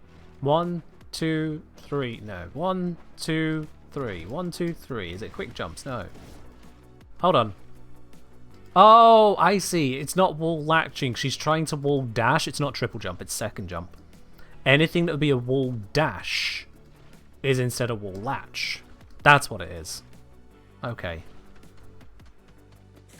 I actually use wall latches a not insignificant amount. Wall latches, that is. So that's going to be fun to train myself out of. I'm a very mobile player, and getting used to just zipping. When I think about the zipping, I can do it. You know, I've done plenty of manpower mode in TF2. I can handle a little bit of ziplining, thank you.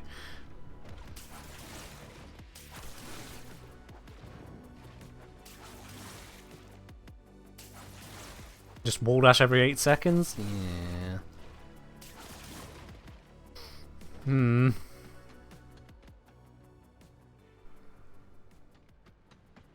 Interest page asking, is her web dash consistent at latching if you could jump at the right time as you reach the wall? Interest page, just to be very clear here, you're suggesting that I, from whatever position, web to a position, and then when I get to that position, jump again, which would normally break the wall latch, to see if I get given a wall latch.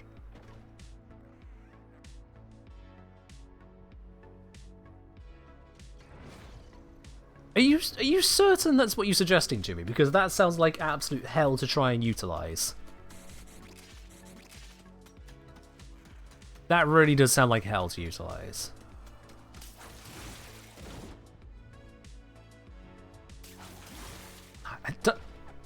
I don't know what is causing this whole not latching thing, but it is... It's killer. Quite frankly, it is a level of jank that just hurts. She's supposed to just stick. I can't get this wrong.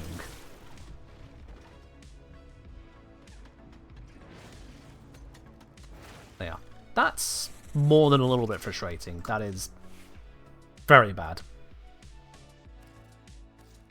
Okay, what about thinking about her as a band-aid for the moment? What about thinking about her without thinking about a reliable wall latch, which means that we can say try and play her where this passive doesn't exist.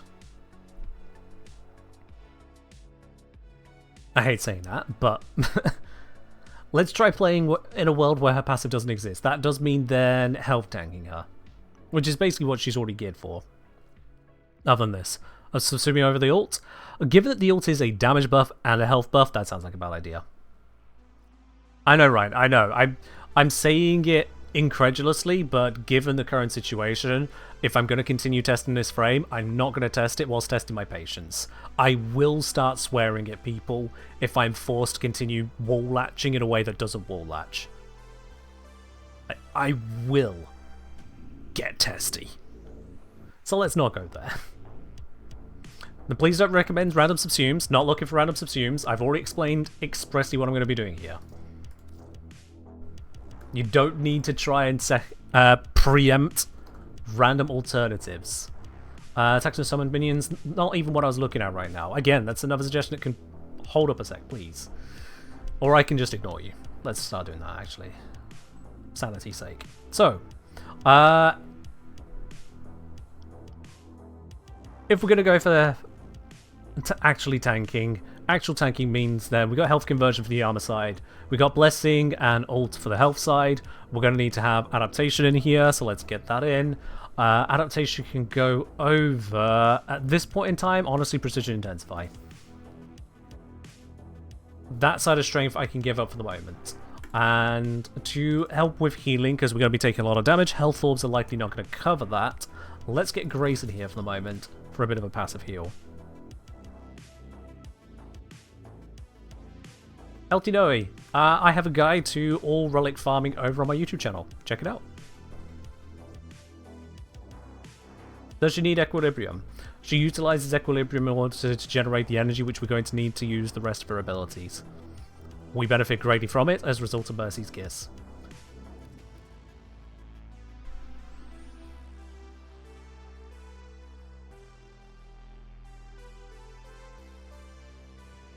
I don't think there's anything in here that I care about right this second. Okay. How does she handle as just a health tank approach not zipping around. Can I utilize that?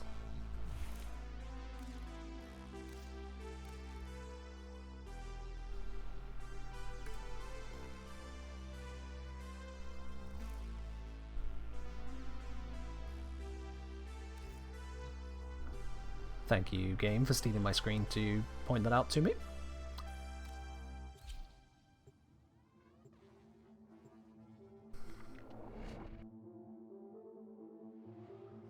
Mod power's on? I'll bear that in mind later. You're very right, but I'll just bear it in mind later. Okay, so current setup, because I took off Vitality, I have 665 health. That's pretty low. This brings it to 2354, which is a lot better.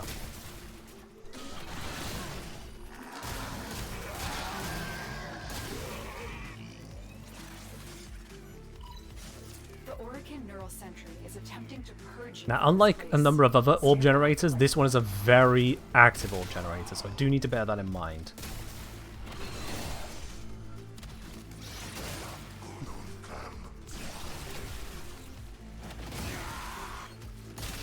I'm wondering, if there are multiple enemies in your reticle and one of them is marked, will it try to go for the marked one? This is very important.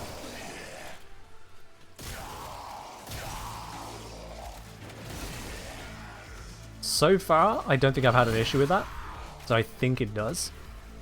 But we'll see how that plays out.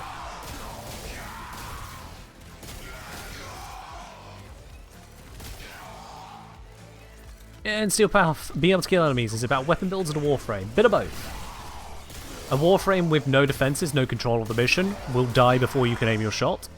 A weapon with no damage will just fail to kill the enemy, no matter how long you can look at them. So it is really both. Each Warframe handles Steel Path missions differently as well, so you can't just have a one-size-fits-all approach. Unless you shield gate.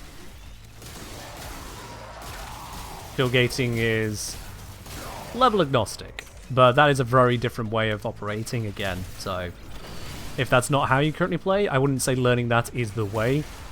It is look at what your current setup is and work with it.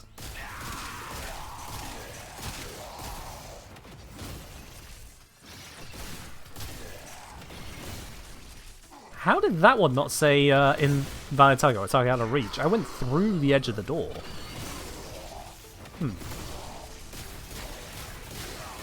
I'm up to 6,000 health now, which is pretty nice.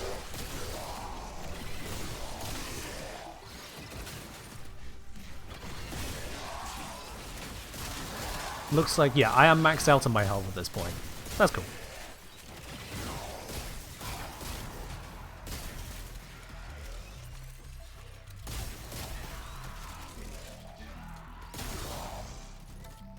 Standard Revenant build, survive and focus on weapons. If you want to do that, sure, why not? Revenant does give you a pretty easy level agnostic way of surviving to allow you to then put more focus into your weapons, yes. Let's face it, the best way to solve problems is to solve them one at a time. So if you've solved the problem of not dying, then you can move on to the problem of actually killing enemies. If you're good at killing enemies but struggle with, you know, not dying, or some other issue, then you work through them. Again, one by one.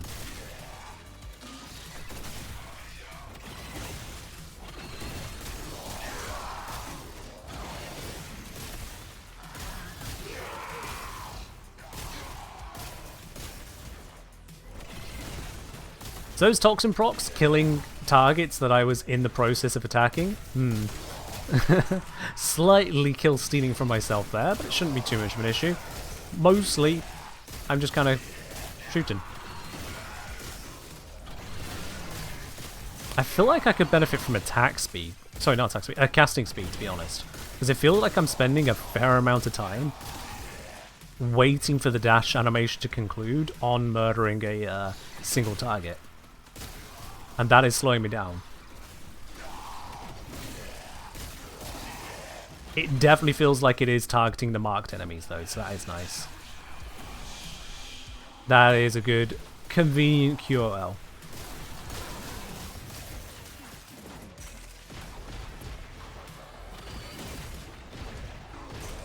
So can you be one shot?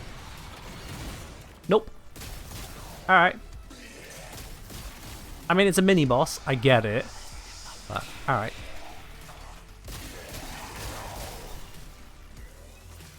I mean, Zom, if you didn't put a cast speed shard onto your frame, I would be surprised. Fighters will soon attack. I'm fairly certain if you could put a cast speed shard onto your operator, you would. You've always been one for cast speed, Zom. I believe it.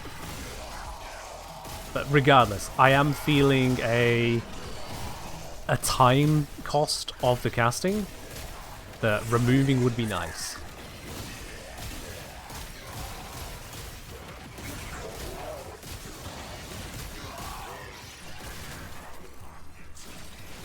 It occurs to me that this frame has very little actual AoE. For all of her damage capabilities, AoE is not it. She's got a little bit of an explosion on one of her abilities, but that's not much. Because that's on kill. The longer you hold out, the deeper I can search. But if you need to leave, extraction is ready. Hiding Lua in the void risked the Get rid of you. I fear Get we rid are of seeing you. the consequences Thank of you. that risk now. Destroy these void-stained enemies.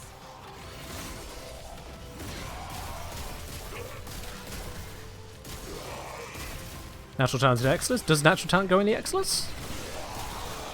Didn't think it did. Because there's a DPS increase. It's literally Warframe fire rate.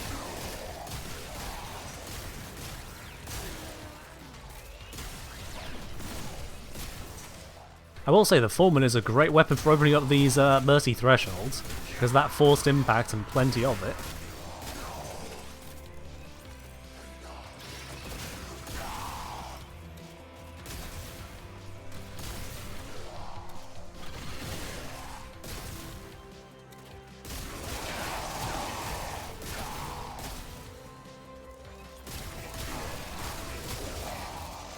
But yeah, this is handling. Give me that back. Thank you.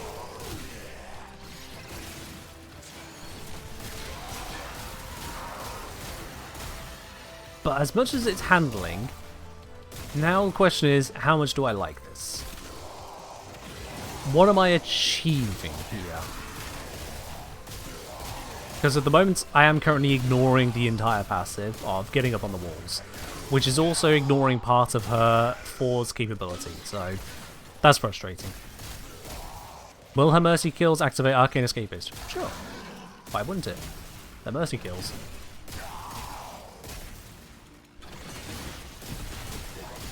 If you mean, will her kills with something called something mercy? I'd imagine no, because those aren't mercy kills then. Those are finishes. Or just damage. But yeah, at the moment it feels similar to running a an Armor Ash. Which is, hey, look at me, I've got this really deadly ability. And also this means to go invisible. I'm going to just do not that.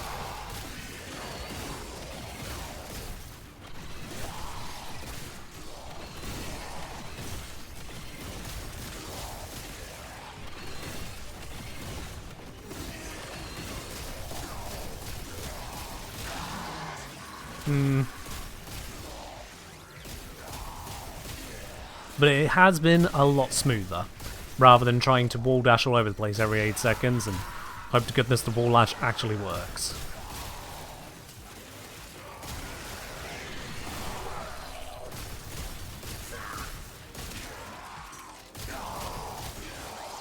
The tank I have is doing plenty fine at this level. With Subsumed Eclipse, you could definitely take that to a even higher tier. Oops, I let the life support run out. My bad. High violence. Oh, violence? Oh, fuck no. Let's deal with him. I'm silenced. My health has dropped down dramatically. I'm bleeding out from life support having run out. This is all terrible. Bollocks. They got me just before I hit my 4.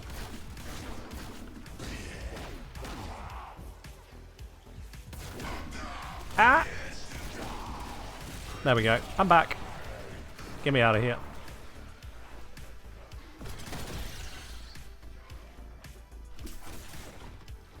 Now I have 8,000 health. Huh.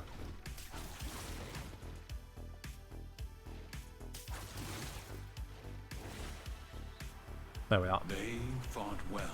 Can't use Eclipse 4 stops it? Of course you can't. That'd be too fun. Alright.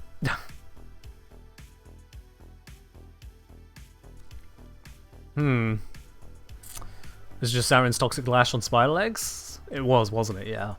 With a hard CC ability and an orb generator. I was in the strength increase bubble? Oh, right, yeah. Too many things on screen. Didn't pay enough attention to that. My bad. Right. So just confirming real quick. Eclipse. Yeah, definitely stuck out because of Silken Stride. Got it.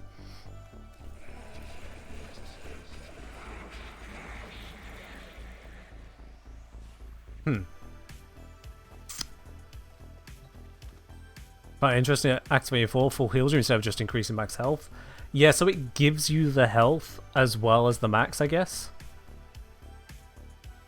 Because otherwise, every time you activate it, you'd be like, cool, I've got all of this health. Not. Do I have to now go find it? Yeah. Silence does okay if you need defensive subsume. True, Silence does do a lot of work. It'll stun enemies a bit.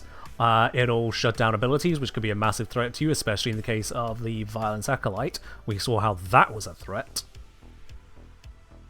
Silence is a very good defensive tool. If losing your abilities will be a problem, and if enemy abilities can get in the way. Nullstar I'm not a huge fan of, I'll be quite honest with you. Nullstar I feel like takes a fair amount of upkeep to get significant value from it. Because you say we could just stay away from enemies, but if we're truly staying away from them that much, we can just wall latch our way to success by just sheer invis.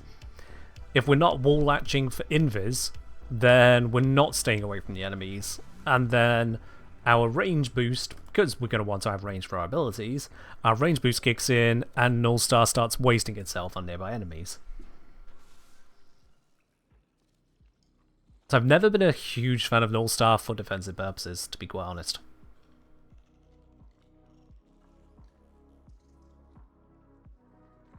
Hello, Mirrorlabe. Welcome on in. Your formers have been put to very good use. Much appreciated, Mirrorlabe. Would Breach Surge coding reproc the Toxin? I don't know if the coding would, but it sounds like it would reproc Toxin, because it usually counts as a weapon attack, yes. Haven't tested it, though. Ryan, cheers. Okay.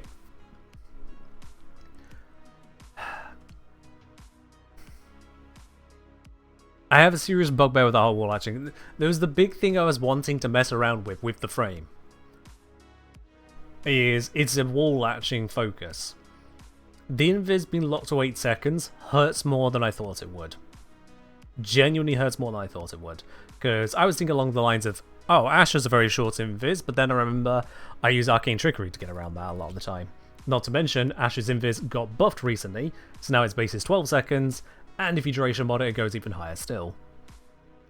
So, we've got less invis than Ashe's smokescreen.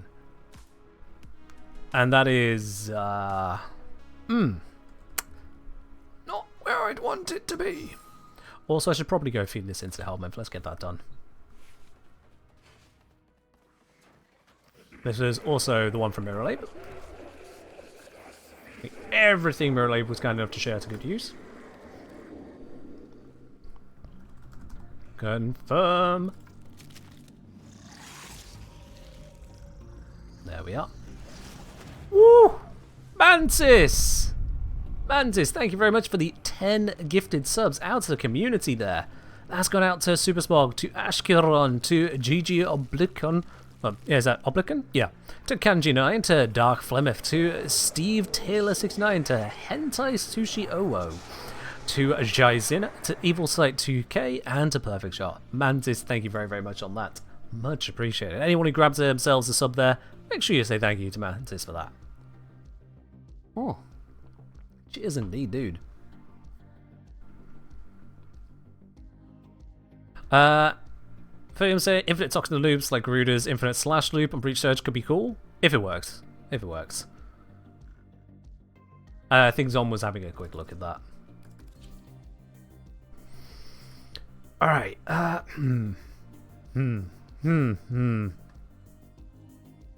found myself in a pickle now.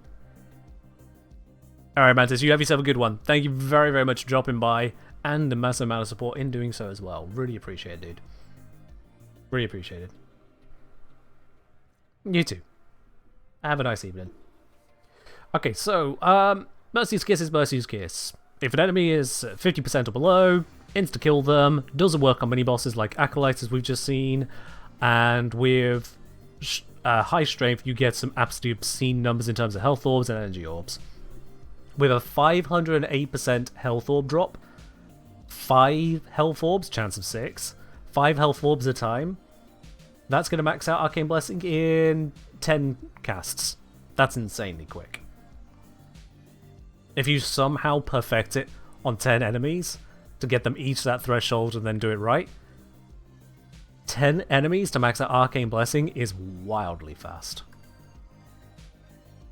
Bolton asking, does a 4 still let you use her 1 if it's subsumed off, or does it require a 1 still? I don't know. Let me check the notes that Zom sent me, because Zom sent me a lot of notes. Let's really read through this. The notable things from Zomtronic. The damage buff from 4 dynamically updates, combined with Bellicose and health multiplier. It's actually quite easy for it to beat augmented, even without modding for health. Good to know. Orb drops from 1, scale and go over 100. We figured as much. Threshold seems to be either Mercy or 50%. Yep. Triggers powers on finisher mods. Yep. 2 is not LOS. Enemies entering aren't webbed instantly, but do get slowed before getting webbed. Gradual spread. Okay, so similar to Brooks Lull. 3's initial darts are weapon-coded abilities, but the damage sucks. So fair enough. 3 is occasionally going over 10 scuttlers. Weird. 4's health multiplier is multiplicative vitality and blessing. Yeah, we've seen that so far. 3's cutters steadily take damage, similar to Necros Shadows. Scales with mission level. Okay. Wall jumping seems to auto-latch, because it's a wall dash turned into a latch, because you're not allowed to move up the wall as Orexia. So that makes sense. Bullet jumping off a wall counts for proton pulls. 4 works with batteries and bows, but not in canon. Works like resupply. Doesn't the weapon buff doesn't trigger arc on continuity, but the explosion does. 4 means no melee. Yep, we know that. Praedos benefits still work despite being unable to pull it out. Jesus. Okay. And what was this? Fun thing, she can't dispel Mania's mag bubble without leaving 4. Oh. Well, that's concerning. Okay.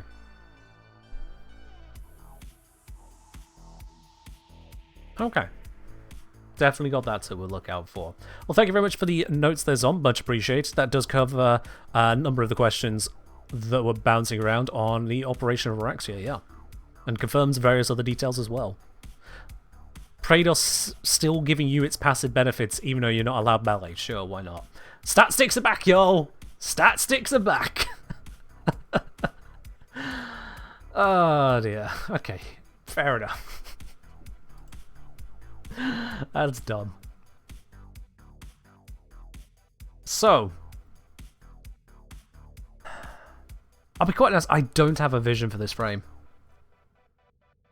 This hugely is a result of the passive just not wanting to work properly, or more importantly, the wall latch lock-in from Silken Stride not working properly. But I'm struggling to see the vision for this frame that I want to have. The Widow's Brood. As a summoning thing, you can get up to 10 of them, occasionally more than. They have an odd lifespan duration to them, rather than actual duration. Which is the thing. No, scuttlers do have a duration. was almost saying they die off like Necro Shadows, but no, they do have an actual duration. It's right there in front of me. 45 seconds at base. That's fine. Let's see here. Yeah, dart damage is kind of pathetic. No, it is pathetic, so no one cares about that side. Has guaranteed toxin and impact on that.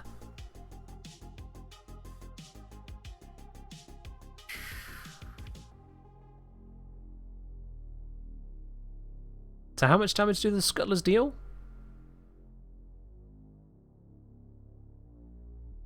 Scuttlers are counted as summons, are affected by Summoner's Wrath, Arcane Camisado, and Theorem Infection. Good to know.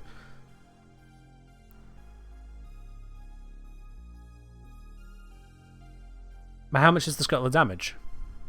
I feel like I'm missing that crucial detail.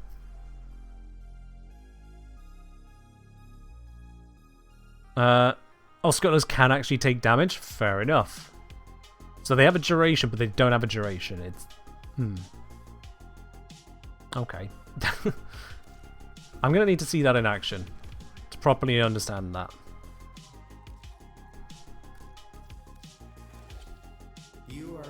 It's got the damage scales by mission level. I get that. But there is a known level scaling equation that is a multiplier to damage. Wiki says 750 damage for the Scuttlers. Does it say that, or does it say that for the ability?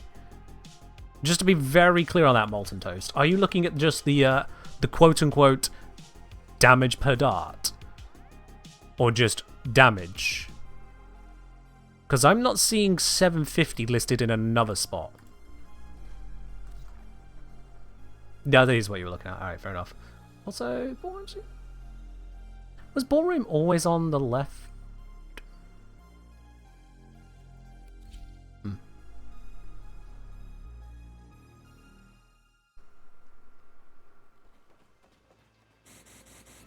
Yeah, I mean, it's...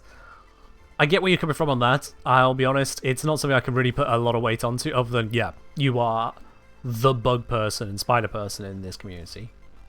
Absolutely recognised for that. But yeah, it doesn't give me a lot to work with here. Let me just focus on these for a sec. Unpause AI, give myself invincibility. Shouldn't affect the summons. Emphasis on shouldn't.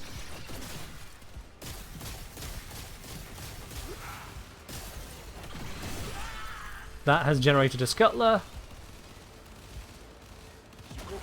Yeah, they are definitely shooting that. That is not timing out over the course of a minute. I saw the damage from the grenade.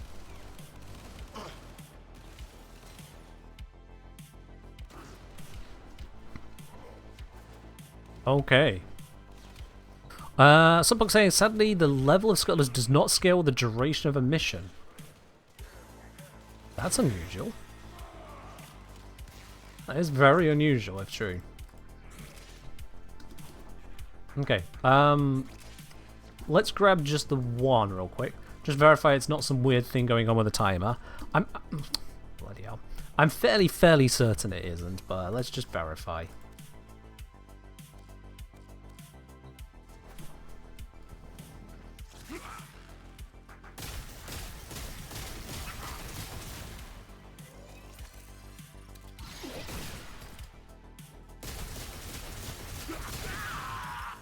Alright, Scuttler hath arrived.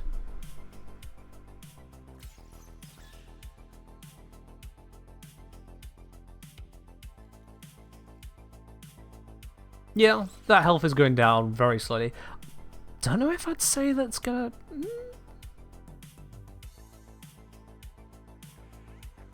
Okay, so the stack on multi-shot ran out a moment ago, and now it's got to halfway. Yeah, that lines up. That does line up, yeah.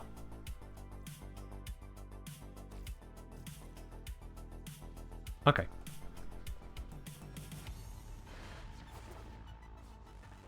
But they didn't tie Scuttler HP to enemy level? Did they not?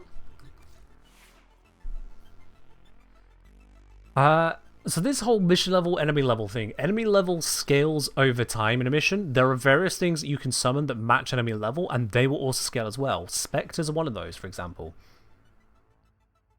From Zorm, update Breach Surge Sparks don't proc Toxin from Araxia's 4. But at least she would be running Crepuscular and possibly Arcane buff to buff it. Okay, yeah, so you get Crepuscular and Arachne to buff it, but the Toxin buff from Araxia doesn't work with it. So it's just... I say just, but it's just Breach Surge doing Breach Surge things. Understood.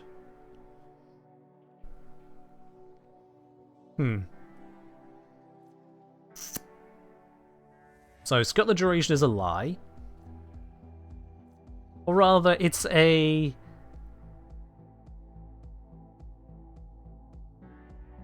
It's an oversimplification, shall you say. Webbed Embrace, the radius on it is not quite correct, because it expands. The damage is... Is that an instant damage, or is that damage over time? I think that it's described as instant damage. It's a max duration? It is. But then if they can be healed by any means, then it's not a max duration. Okay, so that is an instant hit only. No follow-up.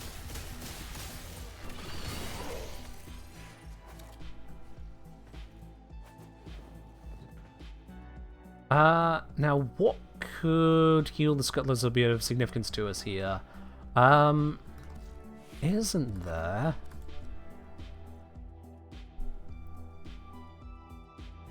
Each charged attack turns the enemy's pain into a healing pulse. Charged attack. Okay. Charged attack. Ooh. How does one do a charged attack? Alright. First, I'm going to need a Protea. And then we're going to do a really, really big rewind. That should get us back to the charged attack days. Yeah. Please tell me they switch this over to heavy melee in actual functionality. Heavy attack heals self and allies within 50 minutes, 5% damage done. Yeah. Go figure. Okay, so let's see if I can use this to heal a Scuttler. To test that, I am going to need to have 2 Elite Lancers. Not one, but 2.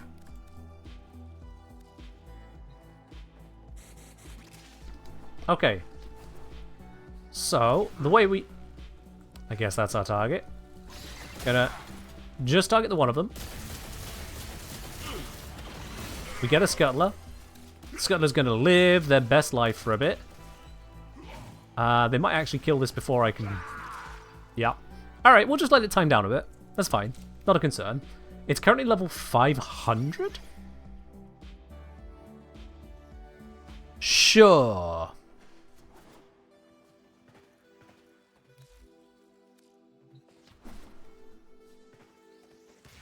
Bug, come on over here. You need to be in range to heal. Bug.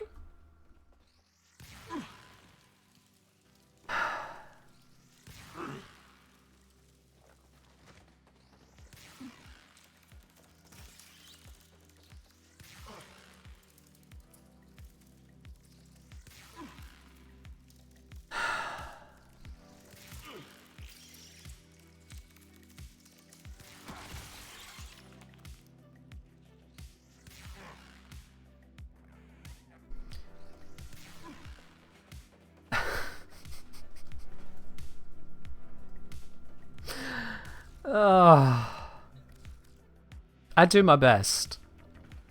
I do my best. It's just sometimes not enough.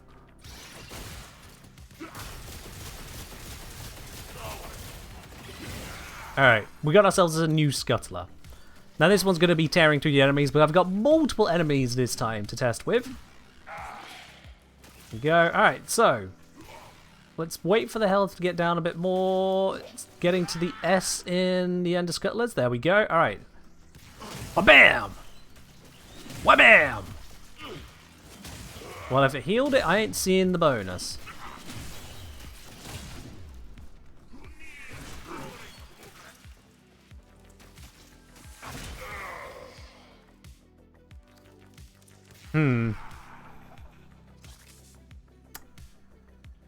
Yeah, if it healed it, I didn't see it.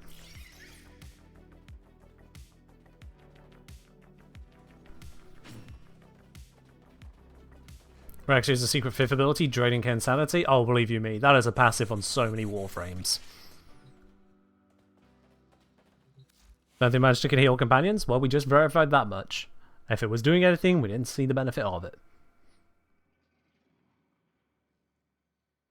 So I would have found with this Necros way earlier. Hey, just because it doesn't work on one frame doesn't mean it doesn't work on another. Here's the thing. Warframe is not a consistent game. It is real fucking weird. And so things that should work don't. Things that don't work should. And things that just decide to come together get declared a bug 2 years later or get turned into a feature 3 years later. It's all a mess. Hey ho. Adam Malik, thank you very much for the 45-month resub. Absolutely huge amount of support right there. Much appreciated. Cheers. Alright. So, at least the Sanctum Magister idea of healing the Scuttlers that way is out. It leaves the idea of maybe an Oberon will help, but to be quite honest, Oberon has enough problems in life. 45? Did I say 45 or did you say 45? Because I swear I said 44. I might have said 45. We did have a 45 moments ago.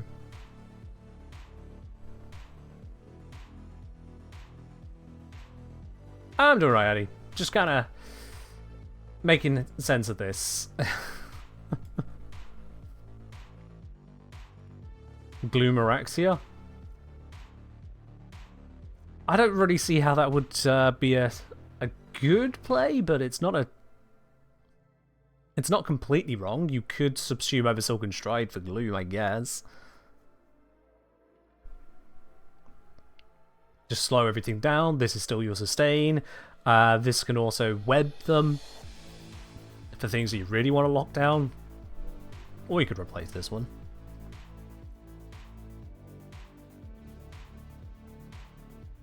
Given that she has the capability to be a health tank, I'm not completely against it, but then she also does generate a lot of health anyway.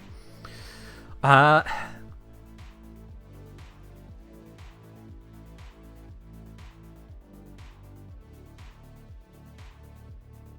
still dislike the fact that this doesn't tell us how much damage the Scuttlers do.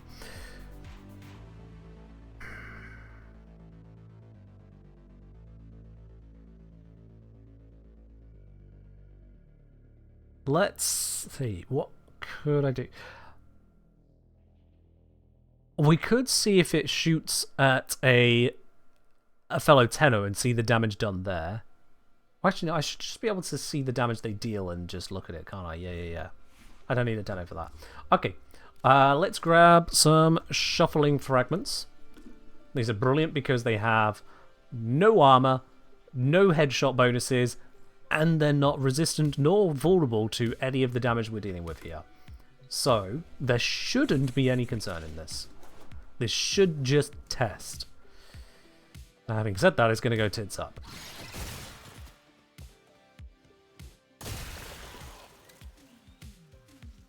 So I'm seeing a very rapid attack rate of 11,456. That is an insane attack speed, not gonna lie. 11,456. Now, am I currently giving any bonuses to that? Shouldn't be. 11,456. Just scale from strength and level, or maybe just strength.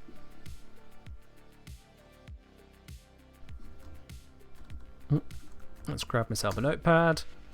10,000, as I say, 456? Actually, let's just re-sum them and double check. Scuttle, you still here? Excellent, don't fall off the ramp. Yeah, 11,456. Cool.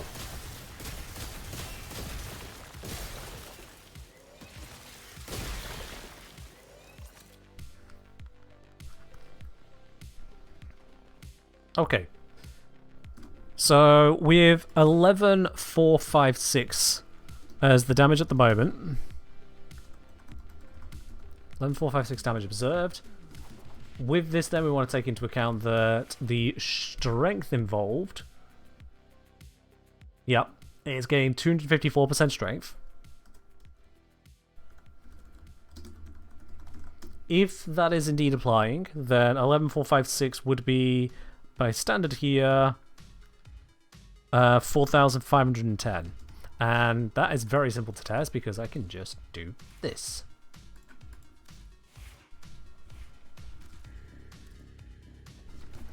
And now I test it.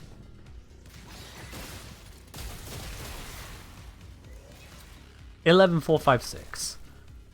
So that's suggesting that strength is not relevant to it. That's curious. That's where the damage the ability is coming from, and that's not tied to strength. Curious. Growing power gives sneak strength? True, yeah, I would have had... no, because I was casting the ability first and then doing damage with weapons, so no, it wouldn't have snuck the strength in there. Point is, though, even if there was some kind of sneak growing power left over, that still wouldn't put it the same as 254+%. So this seems to indicate that strength is not tied to the damage of the scuttler. That's what it's suggesting so far. It might be a simulacrum bug, so I'm just going to load out and back in, just to be certain. Because this is, again, Warframe, and if I make declarations of things not working, having tested it in the simulacrum, you can guarantee that's the day I got a bug. See Glaive Power Throw.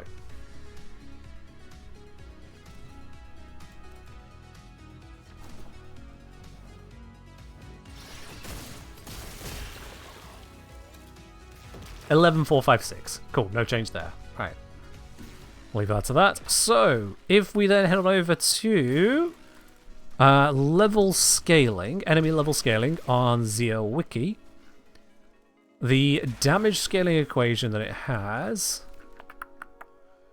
says that damage is scaled by 1 plus 0.015 times brackets current level minus base level, close bracket, that last set of brackets raised to power 1.55. In this case here, we can assume scuttlers normally want to spawn at level 1. That is an assumption. I will have to check that later, but let's run that for the moment. That would say we've got a multiplier here of 229.11.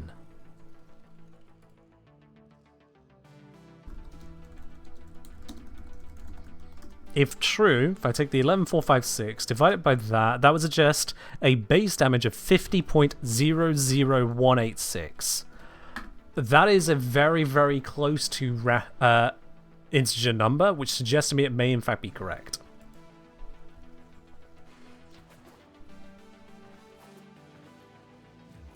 So let's take this zero modded frame over to a level 1 mission, just see if I can verify the level at which scuttlers spawn in at. I mean, just that number there alone seems too perfect to happen by chance. Urban, cheers. So over here on Mariana, we have a level 1 to 3 mission.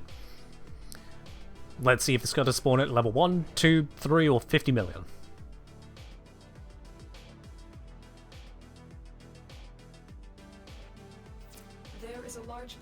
Gonna need to go find an enemy. Leave no one standing. Level 30.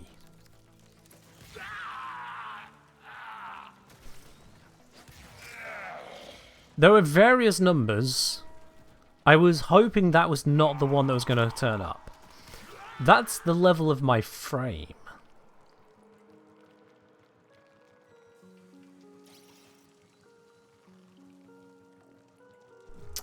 Okay.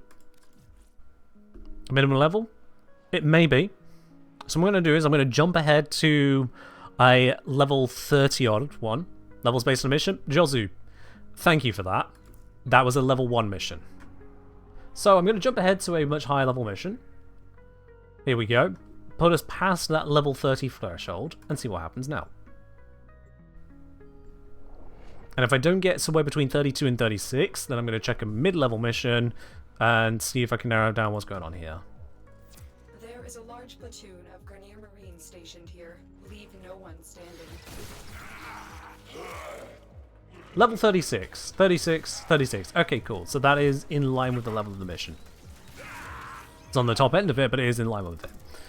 So let's abort out of here. And let's again let's still go to a mid-level mission. Check what happens there.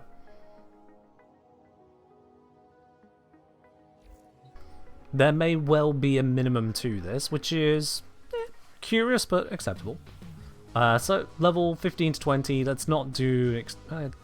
Yeah, let's just do a exterminate, which should be hidden here. 17 to 19. Okay, so I'm expecting a level 19 Scuttler to show up. No, I'm not. I'm expecting a level 30.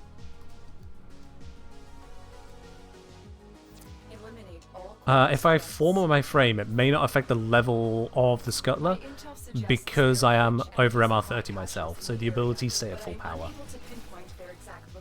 Okay, so yeah, it is level 30, so far it is looking like it's just holding there.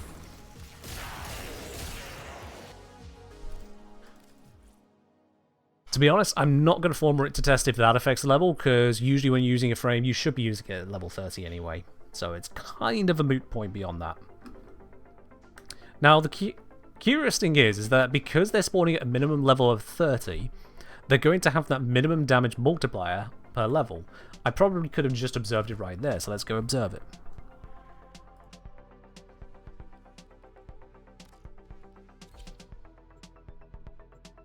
So the level scaling equation of 0.015 times level increase to power 1.55. If I take this here, 0.015 times 29 to the 1.55 plus 1.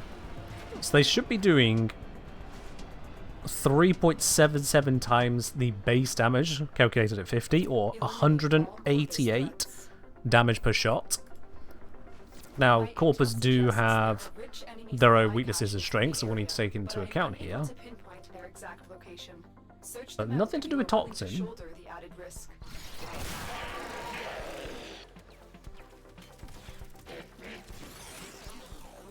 Well, that was an explosion of a barrel, so that doesn't count. Come on, show me the ability damage. 189. Yep, that is exactly what I calculated. I calculated 188.6, which will round to 189. That's good. I'm not sure where a lot of this other damage... Oh, it's come from my companion. That's what.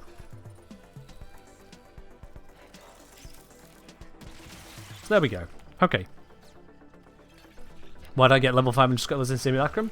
Because Simulacrum is level 500, I guess. The level at which you spawn enemies does not necessarily relate to the level of the mission. So yeah, Scuttlers have a base damage of 50, which is scaled by level. That appears to be the information here. If anyone actually knows how to safely edit the wiki, because I never trust it, I've broken wikis before now and I don't want to risk it this time. But if anyone knows how to safely edit it, you can add that information on. 50 damage, scaled by level. Using enemy level scaling equation as standard, Scuttlers have a base level of 1.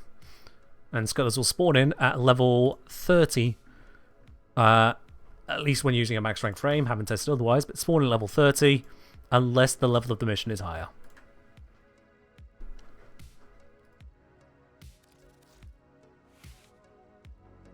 Did you ping Ray? I don't think it's necessary to ping Ray, no. Up to you if you want to message him, but pinging, probably not needed.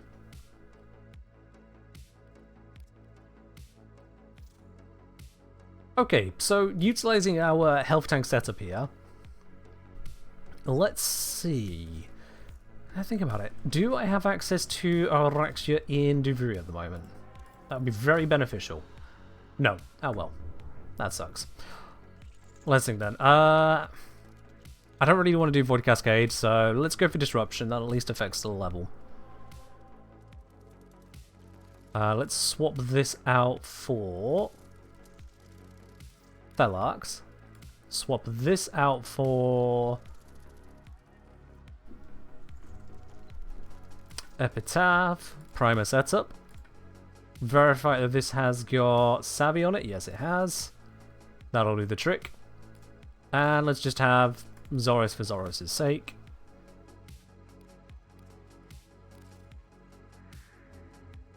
Okay.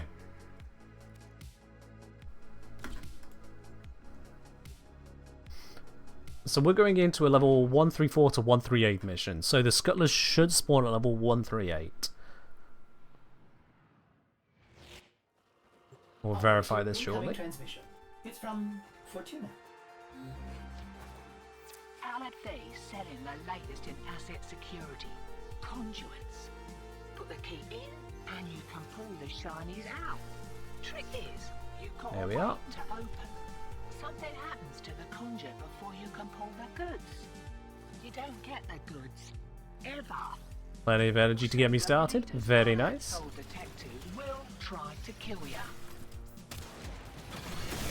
Alright, Scuttler has spawned in level 138. And it's getting absolutely Hi, Kim. shredded! This isn't your regular bolt job. Alad Faye Jeez! It's nearly dead. Yep, it's dead. Okay, that was quick. First of all, TX Lucky, thank you very much for the resub there, up onto 8 months. Much appreciated. And hello to you as well. Hope you're doing well. Arcane farming got simplified. No? Not sure what you could be referring to on that, to be quite honest with you.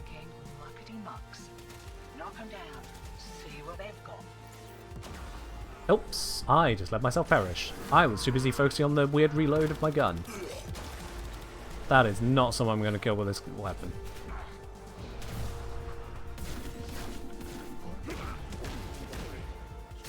Yeah, I might need to just respawn here. Oh, come on! I nearly had it, but I was just a moment too slow, apparently. Yep, oh well, whatever. Respawn. Whatevs. Okay, so, try this again. Web them all up.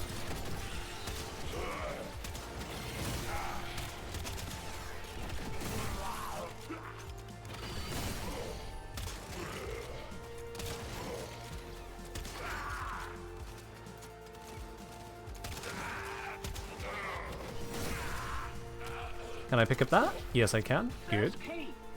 Right. Find a matching conduit. Alright, I've got a lot more health and armor to work with now, so that's good.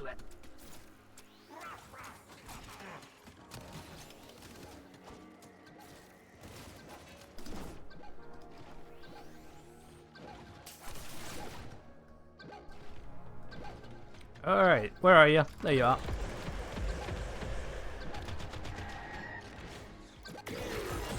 Cool, that'll do.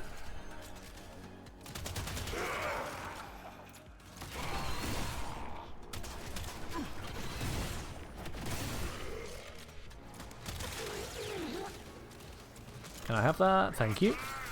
So I'm going to do this for a little bit until we get some actual level movement from the enemies, and then see what level the scuttlers spawn at then. So people are saying that they don't spawn at enemy level. I just wish to verify that. It's a bit of a weird thing if true. It gives it absolutely no scaling in endless missions. Which, granted, most damaging abilities don't have scaling, but it's a level scaling ability. So to not have scaling would be weird.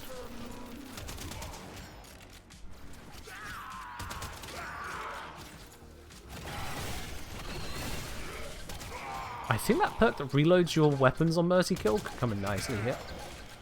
Oh, Nullifier Pulse. That's horrible.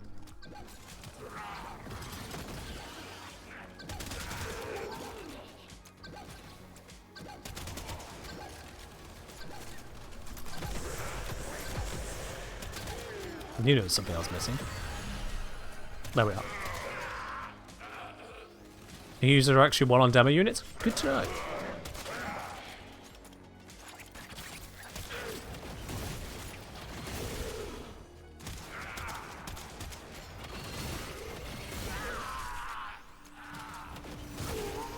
Thank you for the key.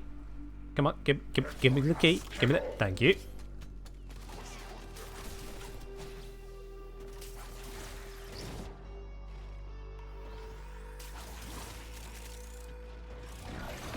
Inserted.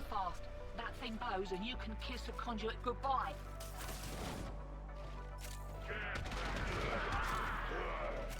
Where's it coming from? This side.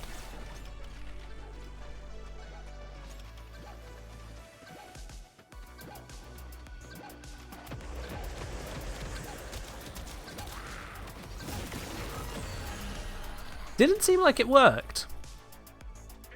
It was definitely below the half health threshold. I definitely got to hit it with the attack. Didn't get orbs. Did not get orbs.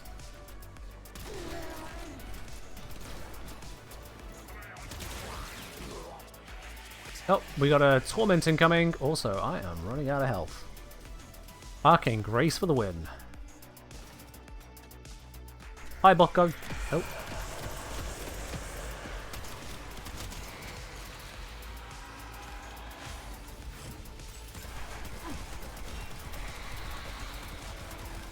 Excuse me whilst I cause an epileptic seizure for everyone. There we go.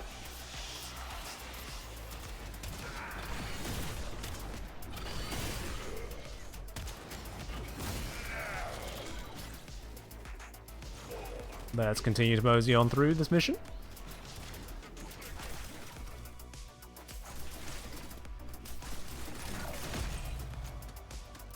I will say for mobility purposes, aiming at the floor is sometimes just more convenient, it feels.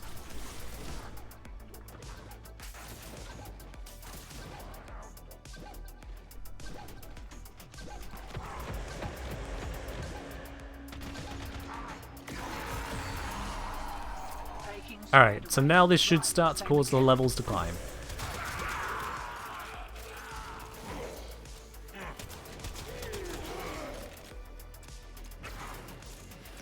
This is a really weird angle to play the game from. Also, where is all of my health stacks? Right. They're back. And they're well pissed. There we go. For a moment there I had no armor. That was, painful.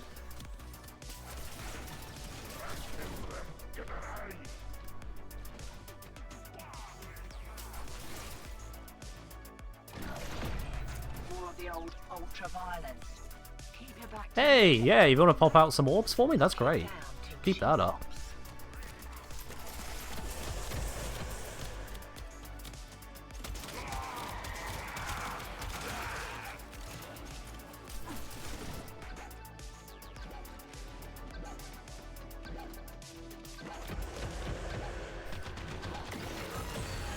Heal. Alright, what level are we at the moment? Level... No, it's still level 136, 137.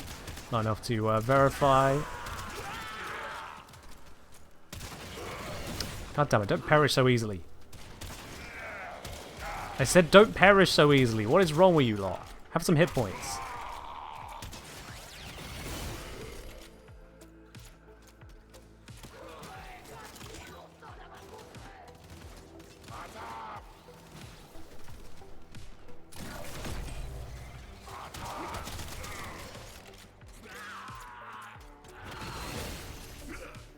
Still got the orbs there. I think it might have died in transit. Here it is. Is my health climbing based on level? No. I'm picking up health orbs until I max out my arcane, and then I've also got increased strength on my 4 because I've been playing through the mission. So that's what's doing that.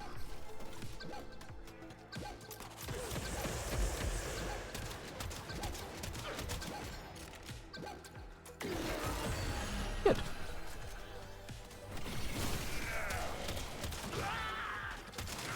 At least health conversion only requires me to get 1 kill because they drop so many health orbs that it's enough. So 1 kill with my wand fully stacks it.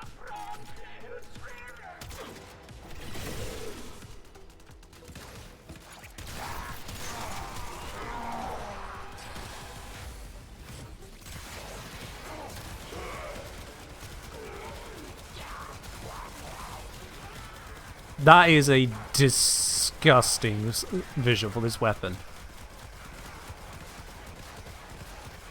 I feel sorry for everyone whose eyes have just been destroyed there. I'm sorry. I just couldn't resist firing the entire magazine like that.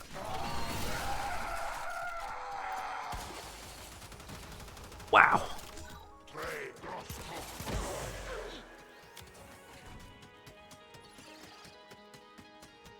The shield gating build seems quite good. This is not a shield gating build. What makes makes you think this is a shield gated build? The fact that I have shields? Ugh.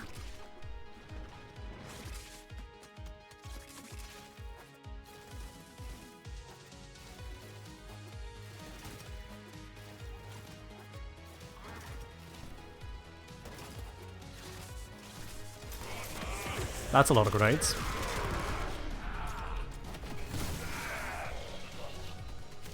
Cool. Grab the other key. This one can go in nicely over here.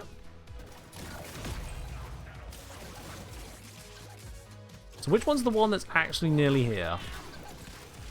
This way.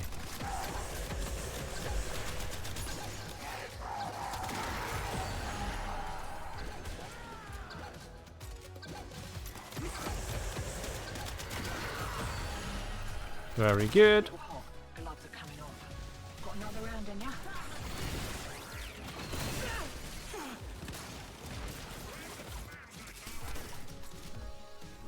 Come on. Come on. That'll do. Invis. Has the screen shake setting ever affected when shooting guns? It did for a while, it was bugged. I understand that bug has now been fixed. I feel like there is a simple enough solution when it comes to dealing with recoil, and that is to not have it where the camera stays on your reticle. Instead, just have the reticle, which is where the gun is pointing, move across the screen, whilst the screen stays steady where you are aiming it. Because then, yeah, you'd still have recoil on the gun's position would change. You would want to... Oh yeah, look at that, there's the confirmation. I cannot get rid of the malice bubble with my 4. So it's not fully a dash.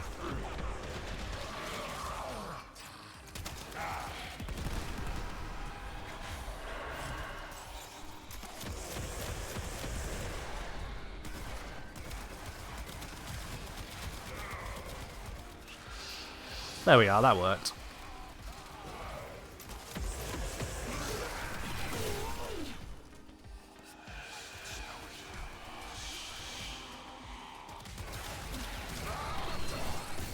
But yeah. If they just made it where when screen shake is turned off in the settings, any recoil made the reticle go up rather than the camera go up, that would do the trick. In my opinion, that would do the trick. Still have recoil, remove the shake.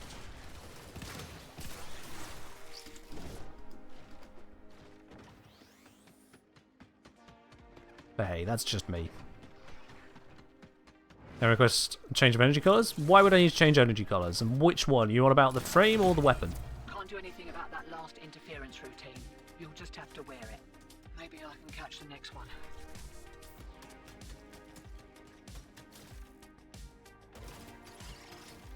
It's a more common way to handle recoil. I don't know if it's a more common way, I'll be honest. But with screen shake specifically being a setting you can turn off, perhaps.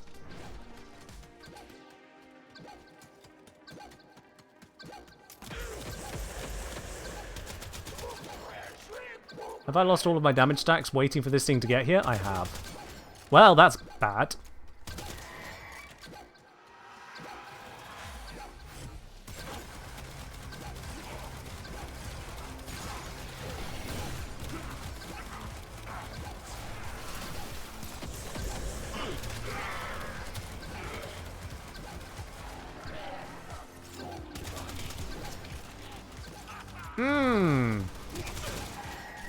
I'm in danger.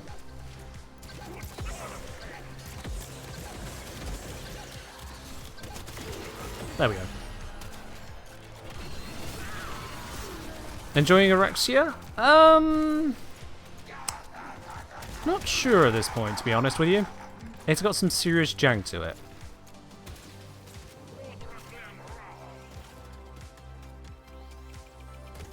It's got some serious jank to it.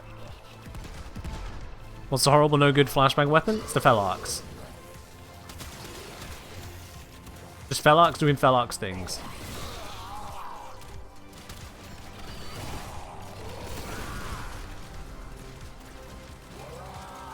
Where's that key? There it is.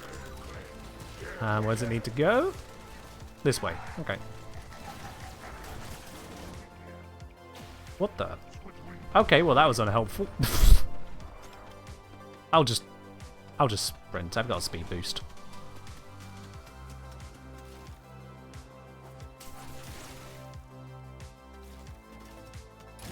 There we are. There's a white key over here and a white terminal to put it into. Let's do that. White conduit even. Dear community, is it okay you like Jaya? No, how dare you like a Warframe in Warframe? You must be barred from the world for enjoying a Warframe in Warframe.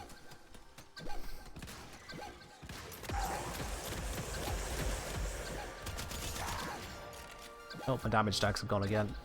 Well... Perish from the toxin, please? Nope, you get it. Okay, I'm nullified.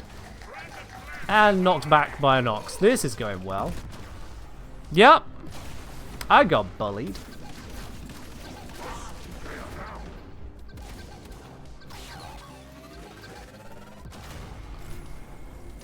I'm just gonna let them get through. Oh, and it de-stacks my health, doesn't it? Oh, fuck.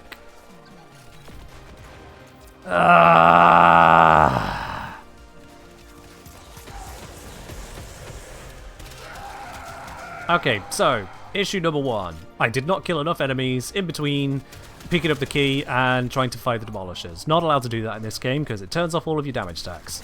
Issue number 2. I then got so close that I got nullified, losing my knockdown immunity. Step 3, I got knocked down and perished. That was a fucking travesty. And now it's going to cost me in every which way because I have none of my health.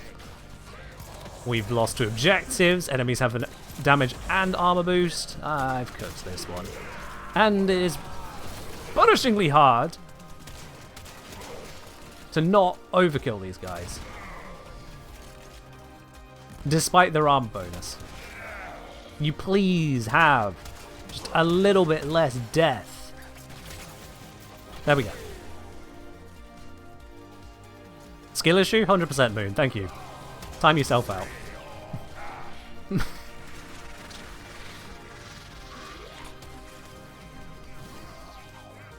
Hi, Misery. Where are you? There's a lot of shit going on at the moment, and you teleport.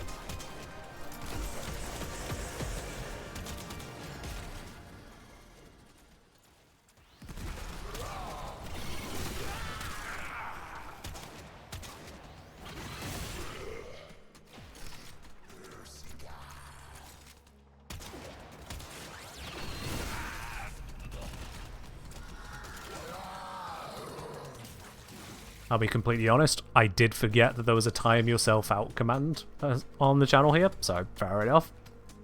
Thank you, Moon. Accommodating as ever. Demo units looking to depart this mortal coil and take you with it. Keep it clear of that conduit. Alright, I'm about to lose my damage stack, so I'm not going to make the same mistake as last time. I'm going to go find one of the enemies. There we go. 1 damage stack. It will be a fucking Nox. 2 damage stacks.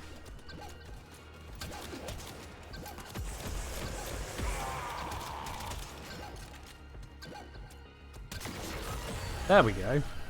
Why is old Alad call you lot betrayers anyway? Okay, enemy level has now climbed above the base level of the mission, so now we can actually do the test. I've been trying to do this the whole time. Scuttler is level 138. No change. It was 138. It is 138.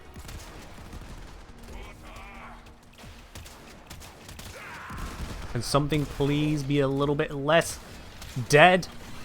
Thank you. I needed the elf.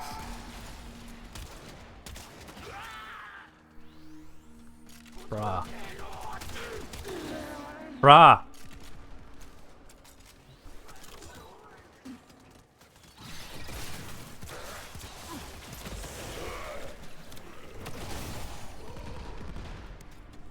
Whatever. Right, they're having a go. Keep the demos away from that conduit. It is weird that the scuttlers don't scale off of strength. It is weirder still that they don't seem to scale off anything other than mission level. That is certainly one of the choices of all time.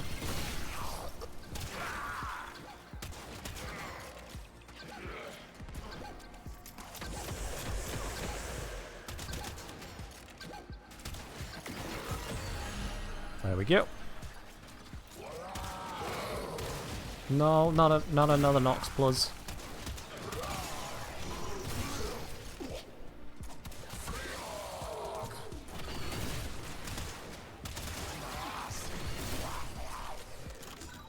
Grab the conduit key. Go find the conduit. Scales off mission level? Yes. And it doesn't multiply with mission level, it uses the enemy damage scaling formula based on level. Don't let them near the conduit. So, like, I think it was what, level 30 was giving a 3.7 times multiplier or something like that? And the base damage is 50, so. Yeah. Make of that what you will. Doesn't sound good. Thing is, they attack quite quickly, so they can get some damage going. It means that a level 500 scuttler in the non-existent level 500 missions would deal like 11,000 per hit and be hitting pretty quickly, like 5 times a second or so. Oh, I do not need a Jade Xmas on me right now.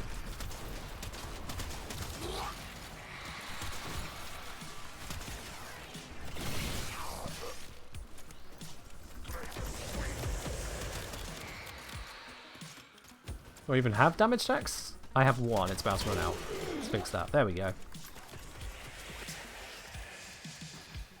Reload, reload, reload, reload, reload. I swear I had a faster reload on this build, but I guess I picked up the wrong one.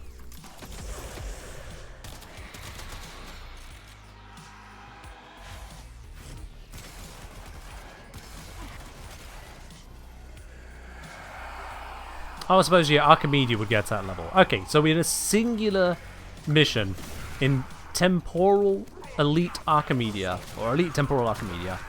Then you can have a Simulacrum level bug. Sure. Gotta say, it's not selling it to me.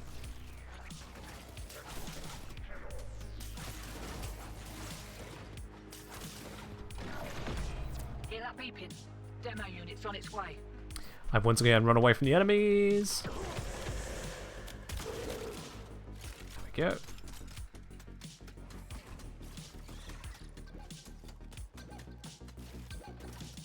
Damage stacks should hold out long enough to matter. There we go.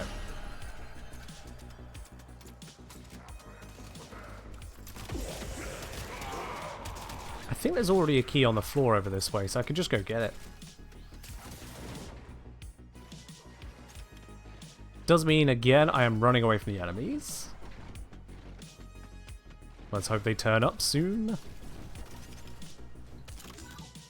One damage stack about to run out. There we go. 20 seconds left on the other damage stack.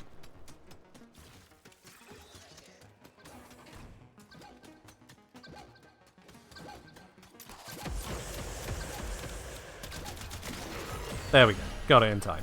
The longer we stick around, the more All right. likely we'll get our asses handed to us. So just to be certain, this should tick up the enemy level again. What do you reckon? So we'll see if I'm still getting 138 scuttlers. I'm about to run out of energy. Shit. Safety's off. We kicked a clown car. Well, that's bad. Here we go.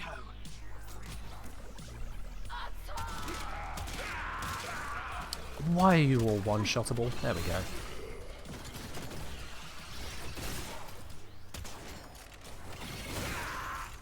The Scuttler is level 138, yeah. And we look at the damage here. Granted, it's against an armored foe, but even with the corrosive procs at max, it's doing 965 damage per hit.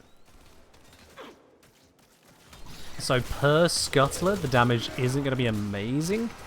If it's getting out 10 hits a second there, we're looking at... Okay, it's very bright. Let's just leave. Even if we've got 10 scuttlers there, doing 10 attacks a second, if that's how fast they're attacking, that would be 100 total attacks per second, 965 damage per attack. That's nearly a million DPS. Yeah, no. Time to hit the pub. No, that's nearly 100,000 DPS, yeah. Or something in the region of about 100,000 DPS. Only while the scuttlers are attacking, that's assuming the 10 attacks a second. I wonder how much this frame ticks people with arachnophobia off. Little bit. Not lots at all, but little bits.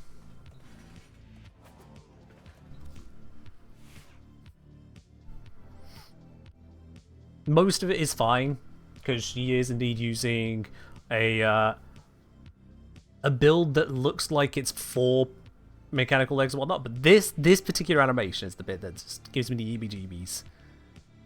Like, you can't just pose around a little bit whilst a spider just drops down, comes onto your leg and goes...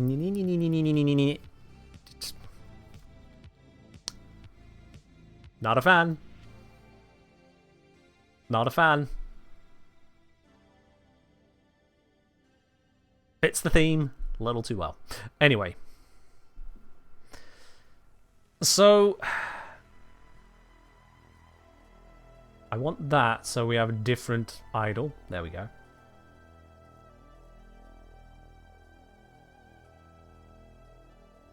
So... Scuttler damage is... weird. To put it simply. Let's see here. At level 138, it would have been 1015 times 137 to 1.55.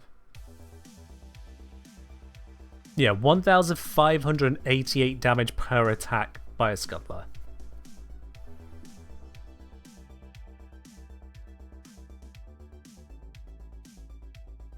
So with 10 scuttlers out, you're getting per round of attacks, excuse me, at max 15,880, and then it comes down to their attack speed, which is not perfectly clear to see. They do deal damage, it's not terrible damage. They do deal enough damage to at least be somewhat useful, and especially they're applying all of that toxin, which goes straight into Archon continuity to go all out on the corrosive, so you can definitely get a good amount of armor strip effect going on there passively whilst distracting enemies.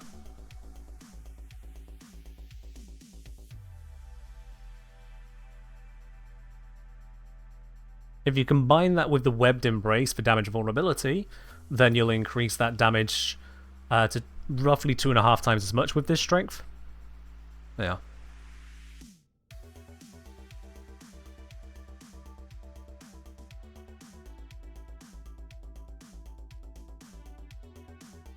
As I'm saying, also Summoner's Wrath is raw, so that helps a bit. Alright, Summoner's Wrath. Summoners. Nope.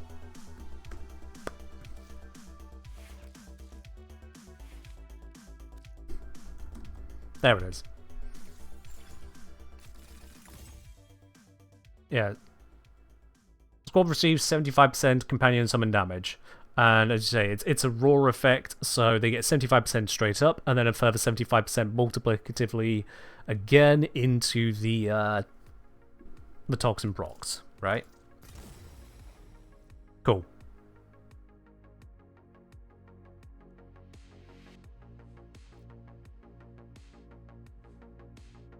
Even at this point then, so at that 1,588 damage per hit on level 138 times 1.75, the hit will go up to 2,779 times 1.75 times 0.5, and the toxin proc will be 2,431 damage per second. Just a little bit below equal to the hit. The aura is relatively new, Petri, yeah, hence why I had to just level it up now.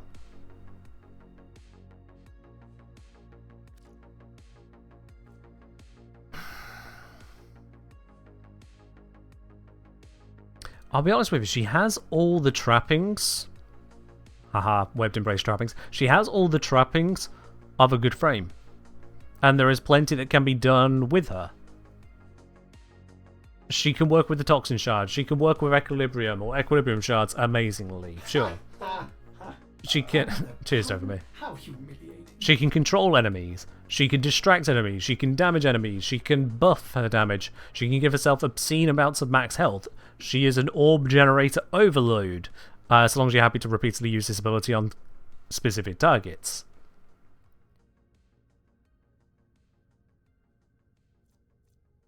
By all appearances, she should be good.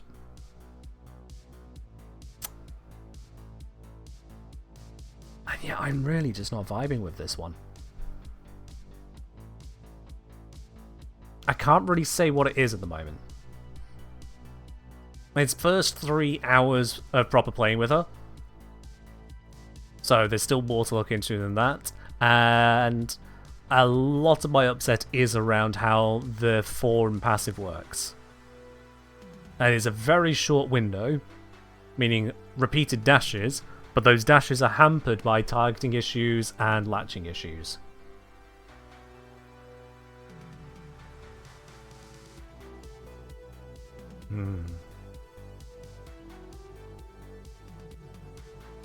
Not sure how I feel about it altogether.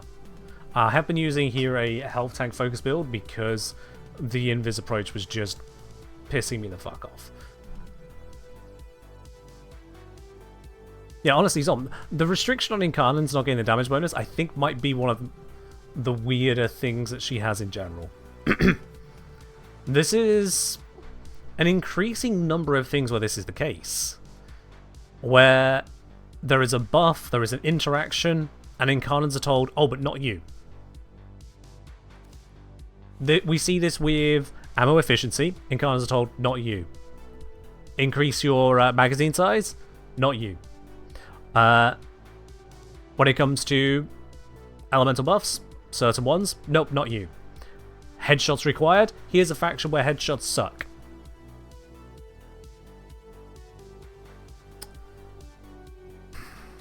You can understand efficiency and mag size?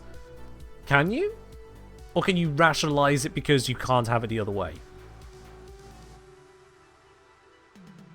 So as you can see, because it's reloading, sure. Why not? Just add a limit in. Justify it somehow. Incarnats are strong weapons, absolutely. But it feels weird to me that I'm seeing a number of things which are functioning kind of like Riven's. In going, oh yeah, no, we'll give the buff to other things, not to you. But they're not Riven's, they're Warframe abilities. They're entire features of the game, which are just not interacting.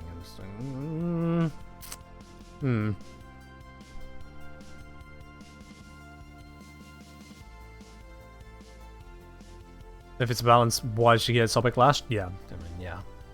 Sobek Toxic Lash is its own weird, unique interaction though, Zom, right?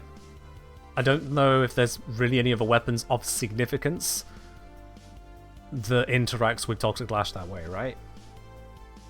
It's a Sobek special of going, haha, triple bang boom. Yeah. A few actually, of significance. I did specify that, Tom. Ones that have the benefit but also puts out about 2000 DPS fully modded don't matter. So what's the significant ones that aren't Sobex?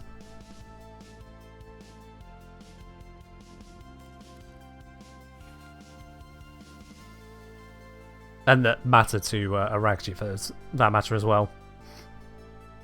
Because otherwise it's irrelevant here.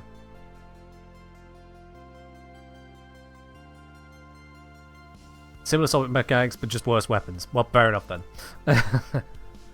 So it is pretty much a Sobek thing.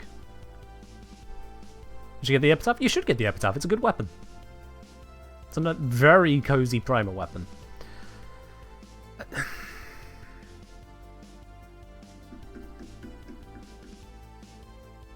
I'm going to need to sleep on this. I'm going to need to just really bash my head against this Monday, Tuesday, and see just what I can really pull out of this frame.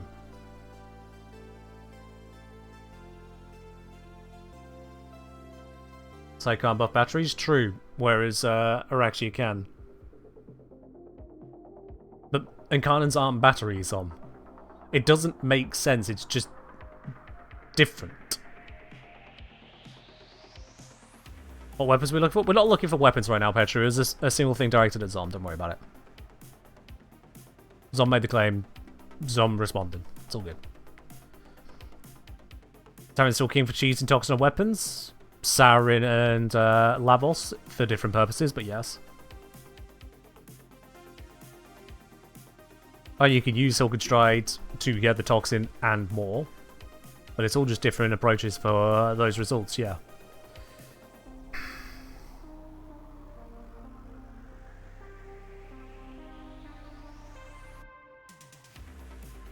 I think the thing that's leaving me feeling a bit all over the place is that we've got crowd control, but we have explosions. Near explosions. We have summons that last for a time, but then they get killed. We have a health buff, but then we have invis. And hard CC. We have orb generation on getting enemies to low health, but then we have kill the enemies so quickly that it happens less.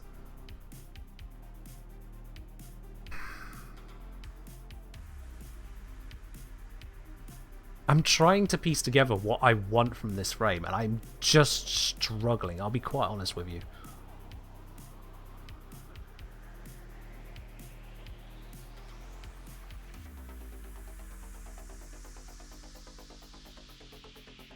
You don't like a secondary assault fire can't join kind of enemies that are webbed up? Apparently Nautilus's grouping tool can do that though. So, there's something that might help you.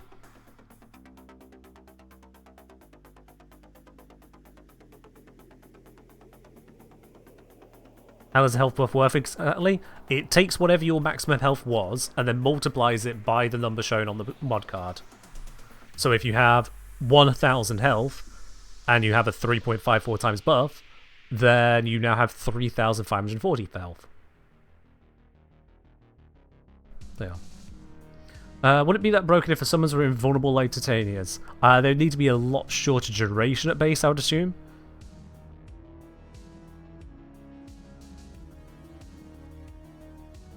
Which then kind of is a moot point, really. There's a set of invulnerable, distracting, highly damaging creatures, and they'd be highly damaging because they get to survive the entire time.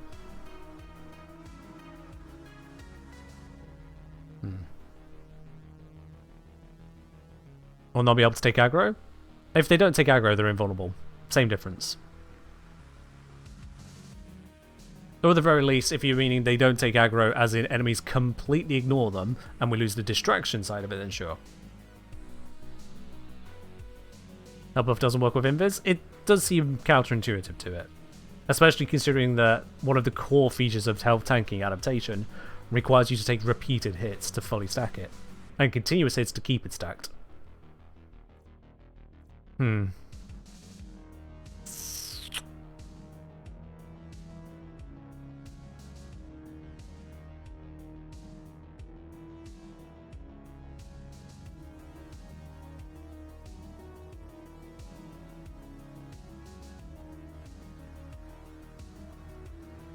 I'll be honest, yeah. I feel like I want to enjoy this frame, but I hit too many but issues with it. Where would the sanctuary be without Enjoy it as a health tank, but that health tank works best and primarily by continuously maintaining the armor from the one by getting the health orbs, which is a bit weird. Let's go there again. The idea of zipping around on the silken threads, honestly, looks great when you can focus on it. But when it grabs things awkwardly and doesn't wall latch... Oh, I just went over it, okay. If it grabs something awkward and doesn't latch, like that, then it's a but moment. That's grabbed. Nice. Grab here. Nope. We're just going to slide past it. Not going to grab. There we go. Grabbed. Grabbed. Of all the things that could happen there, why? Do I still use the other one for testing? I do use the other one for testing. This one's got more dynamic terrain to it, so it gives you more of a mission experience because it is a literal mission tile. Come on, look, I can grab to the side of this weirdly slanted head, but I fall off the pillar. That, to me, is one of the biggest issues here, because it just makes her core, unique mechanic of zipping around just feel that much worse. Here it's working. Working now. It's at times that it doesn't work that just get in the way. And they were happening far too much on that lure mission. Oh, out of energy.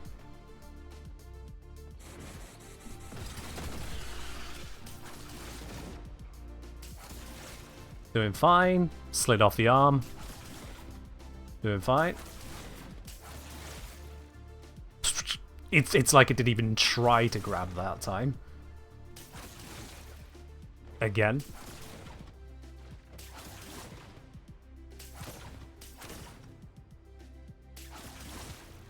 Nope. You also like the sticky wall latching? Honestly, I get it. And then if you do end up wall latching above enemies, aiming, to me at least, starts to feel a bit weird.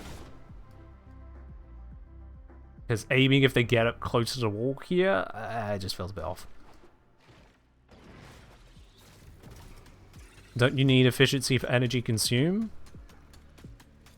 Raven, I feel like you've missed the entire discussion on how the build was designed, but fair enough. Welcome on in.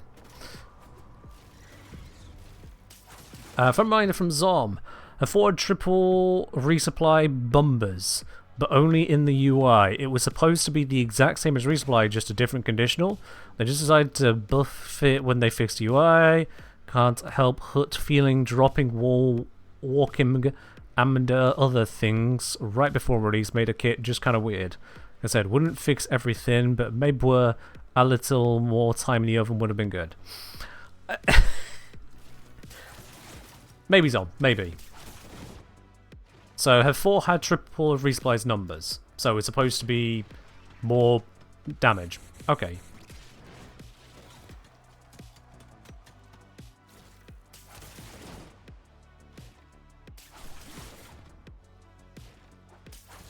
Oh, believe you me, Petra, that is not the worst message Zom has sent. Zom, I think, yeah. I think it was not long ago, Zom sent a message where there were 21 words in the message. Very short, very simple message. 11 of the words were spelt wrong. Zom, you're great, we love having you here. But dear God, when over half the message was typoed, and some of them bad. It's like... Oh dear.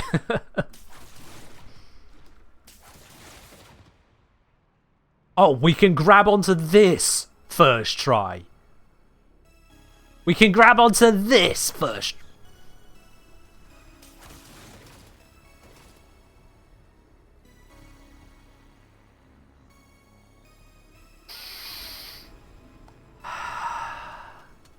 Yeah.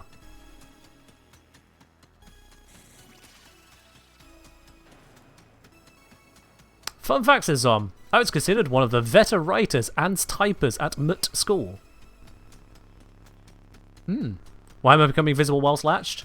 So I didn't successfully latch there, which means they didn't reset the timer.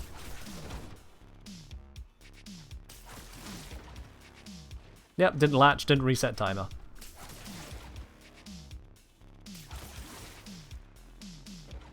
What even was that?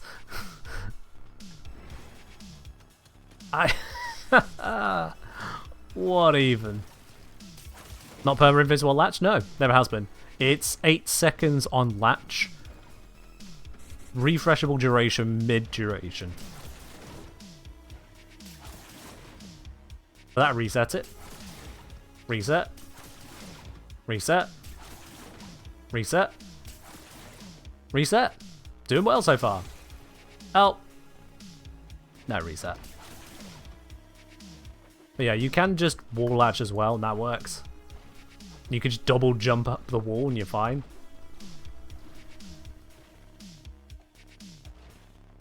At least it's not like Arachne. Yeah, Arachne runs out. You have to let it run out to re-enable it. I do feel like she should be able to walk across walls. That does feel weird. The fact she just sits there definitely feels weird to me.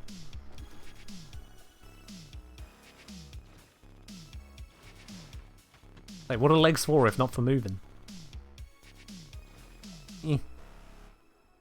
She can't? No, I'm trying actively to move right now. She can't. If you want to move across the wall, tough. You can do it normally, like that. If I turn off her 4, I can do it. Because she's just a Warframe then.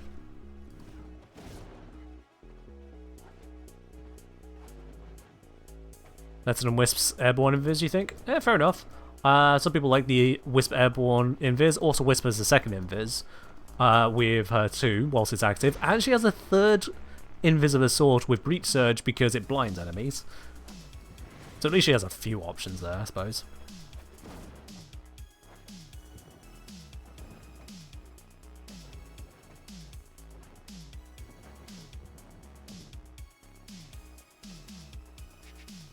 You're at base Raven capacity 18, done trade with Nox, and it's gone up 19. Trade with Nox. Oh, Dominus. Alright.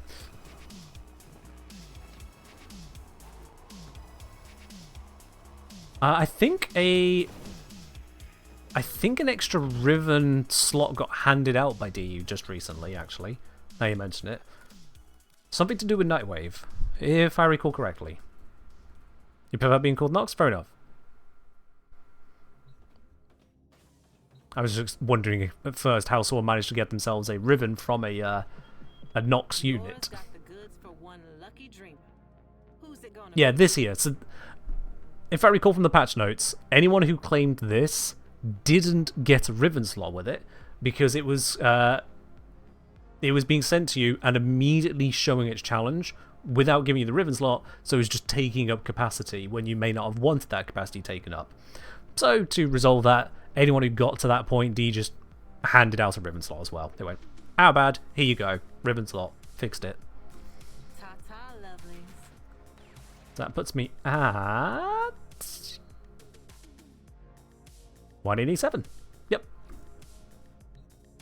Ew. Alright, I'm going to sit on this, to be honest. I'm going to sit on the whole Araxi thing. Going to mull it over, let subconscious do what subconscious do best. Hell, it's how I got back into Warframe after giving up on it the first time. Brain just thought about it on the background for a while until it went, yeah, now I know. Now I figured it out.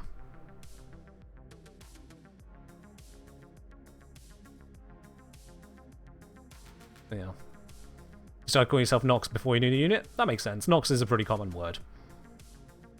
It's fine. But for now, I think it's about time we do a Platinum giveaway. For those of you who do not know how it goes, basically, you just need to type into chat, ! ticket, like it's just page is just done right there. Doing so will give you one singular ticket to enter this 75 plat giveaway. Anyone can enter, it's completely free to do so. Everyone only gets one opportunity, there's no bias towards supporters, mods, or other members of this community. Everyone gets the exact same chance, whether you're on PC, Xbox, PlayStation, Switch, or on a mobile. Give it a little moment to get up one single ticket for that. Or you can listen to Petra and not claim a ticket, so Petra has a higher chance of winning. Your choice, really. You think Latin is cool, Nox? Yeah, fair do. Latin and I have a troubled past. Were it not for Latin, The Ken who came out of secondary school will be able to say, I got absolutely nothing below a B at GCSE level. Just A stars, A's and B's. For those of you young'uns around here, we used to use letters, not numbers for those grades. Unfortunately, I can't say that, because out of all the GCSEs I got, the General Certificates of Secondary Education, one came back not an A star, not an A, not a B, but a D. Latin did not go well for me. But then again, my teacher didn't like me, and I didn't like my teacher. Nerd? I mean, I was at a school full of nerds, yes. It was brimming with them, kind of sets the tone. Also, very far from the top, as it were, of the nerds. So I had, what was it, 12 GCSEs, if I'm remembering correctly? And I think the top in the year group, if this is going back a while now, but if I recall correctly, the top in the year group had, I think it was either 17 or 18 GCSEs. Bear in mind, doing the same year as me. They just took on extra classes. And on top of that, they didn't get, you know, a handful of A's and B's and whatnot. All of them were A stars. Bro did nearly 50% more GCSEs than I did. Just straight up more work. And got the top grade in all of them.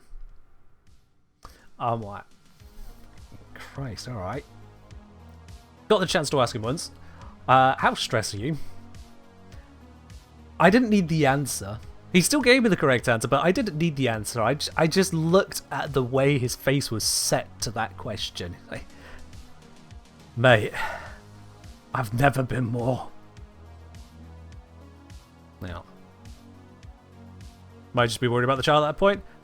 Some were. Others saw that he was just destined for greatness. Last I knew, he was absolutely smashing it at Oxford University as well. So, all the best to him. All the best to him.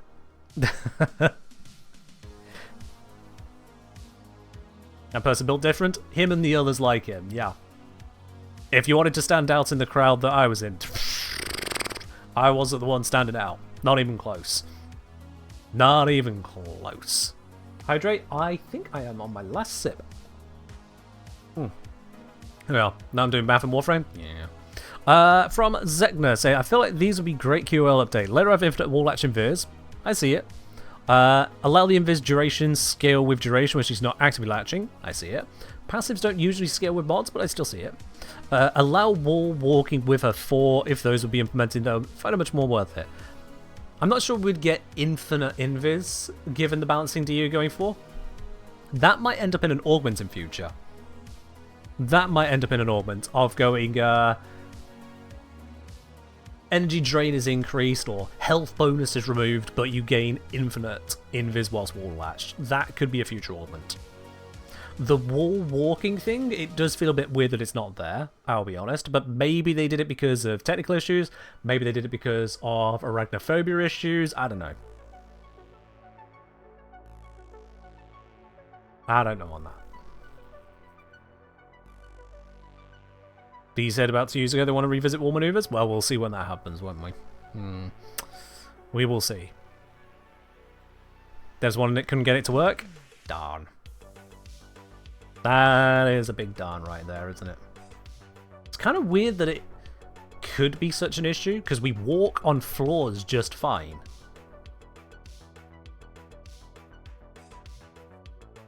But apparently taking that sideways movement and just changing the side causes so many issues. I believe it. It's just a surprise. Moon, I already said that was the last sip, so I'll just have to do that off stream. But that does give me a good reminder. It's about time to do that giveaway. Everyone who's grabbed a ticket has grabbed a ticket. If you haven't grabbed a ticket, tough. I already gave you a warning. So, it's about time we do the giveaway. Let's see then. The winner today of the Platinum giveaway is indeed going to be Hushed Carbon. Hushed Carbon, congratulations, you are the winner today. I'll be contacting you shortly after the end of the stream. Get hold of your Warframe username, your platform, and if you got a cross save turned on or not. We'll get that Platinum sent on over to you there. Hushed Carbon, congratulations. To everyone else on the channel, thank you very much for joining in today, especially those of you who do support the stream at any point all the way through. We are going to be raiding off out to another part of the community now. So let's see, where can we raid to before I go melt into a puddle, because it's still bloody warm in here. Oh, first from Ray. We used to have unidirectional wall running. It was changed to wall hopping because any small gizmos on the wall stop. Gee, yeah, fair do. Fair do. It's still all just a thing, isn't it? But hey, let's see. Who can we raid on into? Eeny, meeny, miny, mo. Where do we go? I don't know. Am I supposed to figure this out? Damn. Let's see. Who's live? Where can we go? So there is Gaz. We can absolutely pop on over to Gaz, not a problem. Anyone else? Just give a fair shout. So I'll look on down. A lot of VTubers, a lot of people I absolutely do not recognize as well. A lot of... I hate the term small streamer, I'll be honest, but there are a lot who would be perfect for that definition, I suppose, or that label.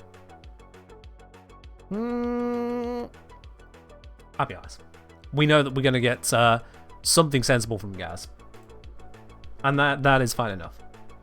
Is it still hot at 10 PM? Yes, it's still hot at 10 PM. But I am in a enclosed office with a computer trying to run a stream and a game at the same time. So that'll do it. Homes are well insulated? That's the thing. British homes aren't that well insulated, because if they were, then we wouldn't get the heat from outside coming in so easily. Instead, we just get flooded with the heat from the daytime, and then it does a bad job of getting back out again.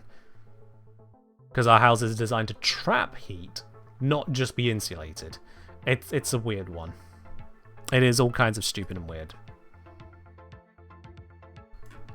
Part of being in such a wet country, is it? Anyway, raid is up. We're popping out of here now. We're going to be raiding on over to Gaz. It looks like they're just in the process of starting up a new Duviri run. So we'll have a look to see what they're up to there. But that's all from me today. Thank you everyone for joining in. I'll see you on the next one on Wednesday. Bye-bye.